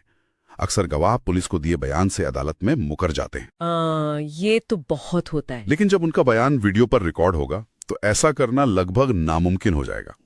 ये सब मिलकर एक end to end digital chain बनाते हैं। मतलब अपराध स्थल की वीडियो से लेकर जब्ती की वीडियो, बयानों की रिकॉर्डिंग और अंत में धारा 330 के तहत इलेक्ट्रॉनिक माध्यम से होने वाले ट्रायल तक। तो सबूत इकट्ठा करने की पूरी प्रक्रिया को डिजिटल और ज्यादा मजबूत बनाया गया है। लेकिन सबूतों के बाद अगला कदम आता है गिरफ्तारी का। जी हाँ, जो एक पुलिस अधिकारी के लिए सबसे ताकतवर और विवादास्पद अधिकारों में से एक है। जी। क्या यहाँ भी नियंत्रण बढ़ाए गए हैं? बिल्कुल। सुप्रीम कोर्ट का जो ऐतिहासिक अर्नेश कुमार जजमेंट था, जो सालों से एक दिशा निर्देश था, हाँ, उसे अब बीएनएसएस की धारा 35 में कानून का दर्जा दे दिया गया है। इसका सार यह है कि 7 साल से कम सजा वाले अपराधों में गिरफ्तारी एक अपवाद होगी, नियम नहीं। लेकिन एक युवा एसआई पर तो अक्सर जल्दी गिरफ्तारी करने का दबाव होता है ताकि केस में प्रगति दिखे। होता है। क्या ये नया नियम जो गिरफ्तारी को अपवाद बनाता है, जमीन पर लागू करना मुश्किल नहीं होगा? मुश्किल होगा, और इसके लिए मानसिकता में बदलाव की जरूरत होगी। कानून साफ कहता है कि 7 साल से कम सजा वाले मामले में एसआई का पहला कदम गिरफ्तारी नहीं, नोटिस देना है। धारा 35(3) के तहत पेश होने के लिए एक नोटिस जारी करना होगा। गिरफ्तारी सिर्फ तभी की जा सकती है जब बहुत जरूरी हो, जैसे कि आरोपी भाग सकता है या सबूत मिटा सकता है। और उसके लिए भी कारण लिखने होंगे। लिखित में कारण दर्ज करने होंगे। एक यूपीएसआई उम्मीदवार के लिए ये मंत्र है 7 साल से कम सजा तो पहला कदम नोटिस, गिरफ्तारी नहीं। और बुजुर्गों के लिए भी कुछ विशेष सुरक्षा उपाय हैं। हाँ, धारा 35(7) एक नया सुरक्षा कवच है। 60 साल से ज्यादा उम्र के व्यक्ति या किसी अशक्त व्यक्ति को अगर उन पर लगे अपराध में सजा 3 साल से कम है तो बिना डीएसपी की अनुमति के गिरफ्तार नहीं किया जा सकता। ये शक्ति के दुरुपयोग पर एक महत्वपूर्ण रोक है। बिल्कुल। लेकिन इसी कानून में एक और प्रावधान है जो बहुत विवादास्पद है, हथकड़ी का इस्तेमाल। मानवाधिकार संगठन हमेशा इसका विरोध करते रहे हैं। तो एक तरफ कानून गिरफ्तारी को मुश्किल बना रहा है और दूसरी तरफ हथकड़ी को कानूनी आधार दे रहा है। ये विरोधाभास क्यों? यह वाकई एक जटिल और विवादास्पद पहलू है। धारा 43(3) हथकड़ी के इस्तेमाल को कानूनी आधार देती है, जो पहले सुप्रीम कोर्ट के दिशा निर्देशों से काफी हद तक प्रतिबंधित था। तो अब ये लीगल हो गया है? हाँ, लेकिन कानून बनाने वालों का तर्क यह है कि इसका इस्तेमाल आम अपराधियों पर नहीं होगा।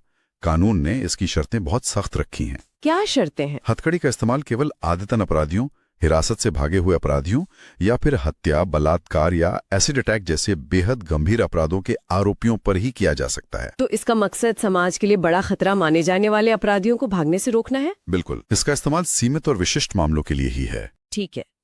गिरफ्तारी के बाद सूचना देने की प्रक्रिया में भी कुछ बदलाव हैं? हाँ, अब ये एक दोहरी सूचना प्रक्रिया है। धारा 48(1) के तहत गिरफ्तार करने वाले अधिकारी को अब न सिर्फ आरोपी के किसी दोस्त या रिश्तेदार को, बल्कि किसी और को भी? हाँ, बल्कि जिले में एक नामित पुलिस अधिकारी यानी डेजिग्नेटेड पुलिस ऑफिसर को भी तुरंत सूचना देनी होगी। इससे क्या होगा? इसका मकसद हर गिरफ्तारी का एक केंद्रीकृत डिजिटल रिकॉर्ड बनाना है, ताकि कोई भी गिरफ्तारी ऑफ द रिकॉर्ड ना हो सके और अवैध हिरासत की संभावना कम हो। तो गिरफ्तारी की प्रक्रिया को और ज्यादा जिम्मेदार बनाया गया है। लेकिन गिरफ्तारी के बाद सबसे बड़ा सवाल जमानत का आता है। क्या वहां भी हमें इतने ही बड़े बदलाव देखने को मिलते हैं? बिल्कुल। और यहाँ बदलाव दोनों तरफ हैं। एक तरफ प्रक्रिया को आसान बनाया गया है तो दूसरी तरफ कुछ अपराधों के लिए बेहद सख्त। अच्छा। सबसे बड़ा सकारात्मक बदलाव विचाराधीन कैदियों के लिए है। भारत की जेलें ऐसे कैदियों से भरी पड़ी हैं जिनका मुकदमा सालों तक नहीं चलता। हाँ, ये एक बहुत बड़ी समस्या है। इसी को संबोधित करने के लिए धारा 479 का एक लाई गई है। इसके अनुसार अगर कोई व्यक्ति पहली बार अपराधी है, पहली बार, हाँ, फर्स्ट टाइम ऑफेंडर है, तो उसे उस अपराध के लिए मिलने वाली अधिकतम सजा का 1/3 हिस्सा जेल में बिताने के बाद बॉन्ड पर रिहा करना अनिवार्य होगा। 1/3? सीआरपीसी में तो यह आधा था। बिल्कुल, अब इसे 1/3 कर दिया गया है। यह जेलों की भीड़ कम करने की दिशा में एक बहुत बड़ा कदम है। और मुझे पता चला है कि इसकी प्रक्रिया भी अब कैदी पर नहीं बल्कि जेल प्रशासन पर निर्भर करेगी। यही इसका सबसे क्रांतिकारी हिस्सा है। वो कैसे? धारा 479(3) कहती है कि रिहाई के लिए आवेदन करने का कर्तव्य अब कैदी या उसके परिवार का नहीं बल्कि जेल अधीक्षक का है। जेल अधीक्षक का? जी। जैसे ही कोई कैदी अपनी संभावित सजा का 1/3 हिस्सा पूरा करेगा, जेल अधीक्षक को अदालत में उसकी रिहाई के लिए आवेदन करना होगा। यह एक तरह का स्वचालित रिहाई तंत्र बनाता है। कुछ मामलों में जमानत को और मुश्किल भी बनाया गया है। हाँ, महिलाओं के खिलाफ गंभीर अपराधों के मामले में कानून बेहद सख्त हो गया है। धारा 482(4) बलात्कार और गैंग रेप के आरोपियों के लिए अग्रिम जमानत यानी एंटीसिपेटरी बेल पर पूरी तरह से रोक लगाती है।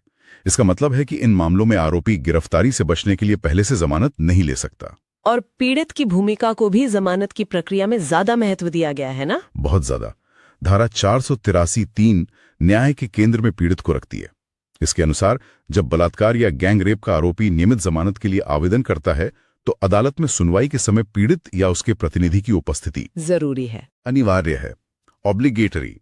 अदालत को जमानत पर फैसला देने से पहले उनकी बात सुननी ही होगी। ये प्रावधान सुनिश्चित करता है कि जमानत का फैसला सिर्फ कानूनी तर्कों पर नहीं बल्कि मानवीय पीड़ा और भय को ध्यान में रखकर भी किया जाए। तो अगर हम पूरी तस्वीर को एक साथ देखें, जांच से पहले एक प्रारंभिक फिल्टर, जांच में फोरेंसिक और टेक्नोलॉजी की अनिवार्यता, गिरफ्तारी के सख्त नियम और जमानत में पीड़ितों को प्राथमिकता, ऐसा लगता है कि कानून पुलिसिंग को ज्यादा पेशेवर, जवाबदेह और वैज्ञानिक बनाने की कोशिश कर रहा है। निश्चित रूप से। एक भावी सब इंस्पेक्टर के लिए ये सिर्फ याद करने वाले सेक्शन नंबर नहीं है। नहीं, ये उनके काम करने के तरीके में एक बुनियादी बदलाव है।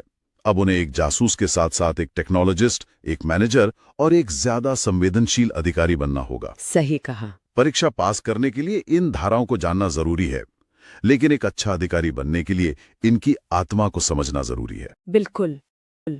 भारतीय नागरिक सुरक्षा संहिता यानी BNSS पर हमारी चर्चा के इस अंतिम हिस्से में आपका स्वागत है। आज हम इस नतीजे पर पहुंचेंगे कि कैसे इस नए कानून के बाद एक सब इंस्पेक्टर की पूरी पहचान ही बदल जाएगी। ये सिर्फ कुछ सेक्शन नंबर बदलने की बात नहीं है ना, ये तो काम करने के तरीके में एक बहुत बड़ा बदलाव है। बिल्कुल, आप इसे ऐसे समझिए कि CRPC के टाइम का जो सब इंस्पेक्टर था वो एक तरह से कागजों का मैनेजर था। उसकी सारी कुशलता पंचनामा बनाने में या फिर इकबालिया बयान लिखवाने में होती थी। लेकिन BNSS जिस सब इंस्पेक्टर की बात करता है वो एक टेक्नो लीगल इन्वेस्टिगेटर है। टेक्नो लीगल इन्वेस्टिगेटर, ये सुनने में काफी दमदार लगता है। जी, मतलब एक ऐसा अफसर जिसे डिजिटल सुरागों और फॉरेंसिक साइंस की अच्छी खासी समझ हो। तो चलिए इसको थोड़ा और समझते हैं। ये टेक्नो लीगल इन्वेस्टिगेटर की भूमिका जमीनी स्तर पर, मतलब असल में कैसी दिखेगी? देखिए, ये एक अटूट डिजिटल और फोरेंसिक श्रृंखला पर आधारित है और यही हर गंभीर जांच की रीढ़ बनने वाली है। इसके आप कह सकती हैं 7 बहुत जरूरी चरण हैं। 7 चरण, ठीक है। पहला है डिजिटल सूचना। मान लीजिए कोई EFIR आती है या किसी और इलेक्ट्रॉनिक तरीके से सूचना मिलती है, यहीं से प्रक्रिया शुरू होती है। ओके। अब दूसरा और शायद सबसे अहम कदम है डिजिटल और फोरेंसिक घटनास्थल। जैसे ही SI मौके पर पहुंचेगा उसका काम बदल जाएगा। मतलब घटनास्थल पर पहुंचते ही कैमरा ऑन? बिल्कुल। BNSS की धारा 176(3) अब ये अनिवार्य करती है। अच्छा, अनिवार्य। जी, 7 साल से ज्यादा की सजा वाले किसी भी अपराध में फोरेंसिक टीम का घटनास्थल पर जाना और पूरी प्रक्रिया की वीडियोग्राफी करना अब जरूरी है। SI का काम है सीन को सुरक्षित रखना और ये पक्का करना कि हर चीज रिकॉर्ड हो। ठीक है, समझ गया। इसके बाद आता है तीसरा कदम, डिजिटल जब्ती। 1 मिनट, तो वो जो पुराना तरीका था कि 2 गवाहों के सामने जब्ती मेमो बना लिया, क्या वो अब काफी नहीं होगा? अब वो काफी नहीं होगा। वीडियो ही सबसे बड़ा गवाह है। धारा 105 के तहत अब हर तलाशी और जब्ती को वीडियो रिकॉर्ड करना ही होगा और प्राथमिकता के तौर पर मोबाइल फोन से। अच्छा, मोबाइल से ही? जी, अगर ये नहीं किया तो जब्त किए गए सबूत की वैल्यू अदालत में बहुत बहुत कम हो जाएगी। ये तो बहुत बड़ा बदलाव है। इसी से जुड़ा है चौथा कदम, डिजिटल साक्ष्य। अच्छा। अब SI के पास किसी भी डिजिटल डिवाइस या इलेक्ट्रॉनिक रिकॉर्ड को मंगवाने की सीधी शक्ति है। ठीक है, तो घटनास्थल से सबूत डिजिटल तरीके से इकट्ठा हो गए, वीडियो रिकॉर्ड हो गया। अब जो बयान लिए जाते हैं उनका क्या? वो भी अब डिजिटल होंगे। 5वां कदम है डिजिटल बयान। गवाहों के बयान और यहां तक कि मजिस्ट्रेट के सामने जो कन्फेशन होता है, हाँ, उसकी भी अब वीडियो रिकॉर्डिंग की जा सकती है। अच्छा। और फिर छठा कदम है साक्ष्य आधारित पूछताछ। मतलब अब पुलिस हिरासत के जो नए नियम हैं उनका इस्तेमाल फोरेंसिक रिपोर्ट आने के बाद ठोस सबूतों के आधार पर पूछताछ के लिए किया जा सकता है। और इसका आखिरी चरण? 7वां और आखिरी कदम है डिजिटल ट्रायल। सबूतों की ये पूरी की पूरी डिजिटल चेन एक ऐसे मुकदमे में पेश की जाती है जो पूरी तरह से ऑनलाइन, मतलब इलेक्ट्रॉनिक मोड में हो सकता है। ये तो एक मजबूत छेड़छाड़ प्रूफ केस बनाने का पूरा ब्लूप्रिंट लग रहा है। लेकिन इसका मतलब ये भी हुआ कि अगर किसी SI से इस चेन की एक भी कड़ी टूट गई, मान लीजिए तलाशी के वीडियोग्राफी में कोई गलती हो गई, तो पूरा केस अदालत में ढह सकता है। ये एक 2-धारी तलवार है। एक तरफ जो अफसर इस नए टेक्नो लीगल वर्कफ्लो को सीख लेगा वो ऐसे टेम्पर प्रूफ केस बनाएगा जिससे सजा की दरें जरूर बढ़ेंगी। लेकिन दूसरी तरफ एक छोटी सी प्रक्रिया की गलती भी एक सही केस को कमजोर कर देगी। खासतौर पर जो लोग UPSI परीक्षा की तैयारी कर रहे हैं उन्हें इन्हीं नई प्रक्रियाओं, अनिवार्य शर्तों और समय सीमाओं पर बहुत ध्यान देना होगा। तो आखिर में सोचने वाली बात यह है, ये बदलाव सिर्फ एक कानूनी बदलाव नहीं है, ये तो पुलिसिंग की जो पूरी संस्कृति है उसमें एक बहुत बड़ा परिवर्तन है। ये फोर्स के इस्तेमाल से आगे बढ़कर अकाट्य वैज्ञानिक सबूतों पर आधारित पुलिसिंग की ओर एक कदम है ना? बिल्कुल। अब एक सफल सब इंस्पेक्टर को सिर्फ ताकतवर नहीं बल्कि तकनीकी रूप से कुशल भी होना होगा। सही बात है। अब सवाल सिर्फ ये है कि हमारा सिस्टम इस बदलाव के लिए खुद को कितनी तेजी से तैयार कर पाता है। और अंत में श्रोताओं के लिए एक विचार छोड़ जाते हैं। ये नया कानून एक पुलिस अधिकारी के मोबाइल फोन को तलाशी, जब्ती और बयानों जैसे सबूतों को रिकॉर्ड करने का एक कानूनी उपकरण बना देता है। ऐसे में ये सोचने वाली बात है कि इस डिजिटल सबूत को छेड़छाड़ मुक्त यानी टेम्पो प्रूफ और अदालत में कानूनी रूप से वैध बनाए रखने के लिए किस तरह की नई प्रक्रियाओं, डेटा स्टोरेज सिस्टम और ट्रेनिंग की जरूरत होगी। क्या ये एक पुलिस अधिकारी की पारंपरिक केस डायरी की परिभाषा को हमेशा के लिए बदल देगा? और क्या हम एक ऐसे भविष्य की ओर बढ़ रहे हैं जहां हर पुलिस एक्शन का एक डिजिटल फुटप्रिंट होगा जिसे मिटाया नहीं जा सकेगा? जय हिंद।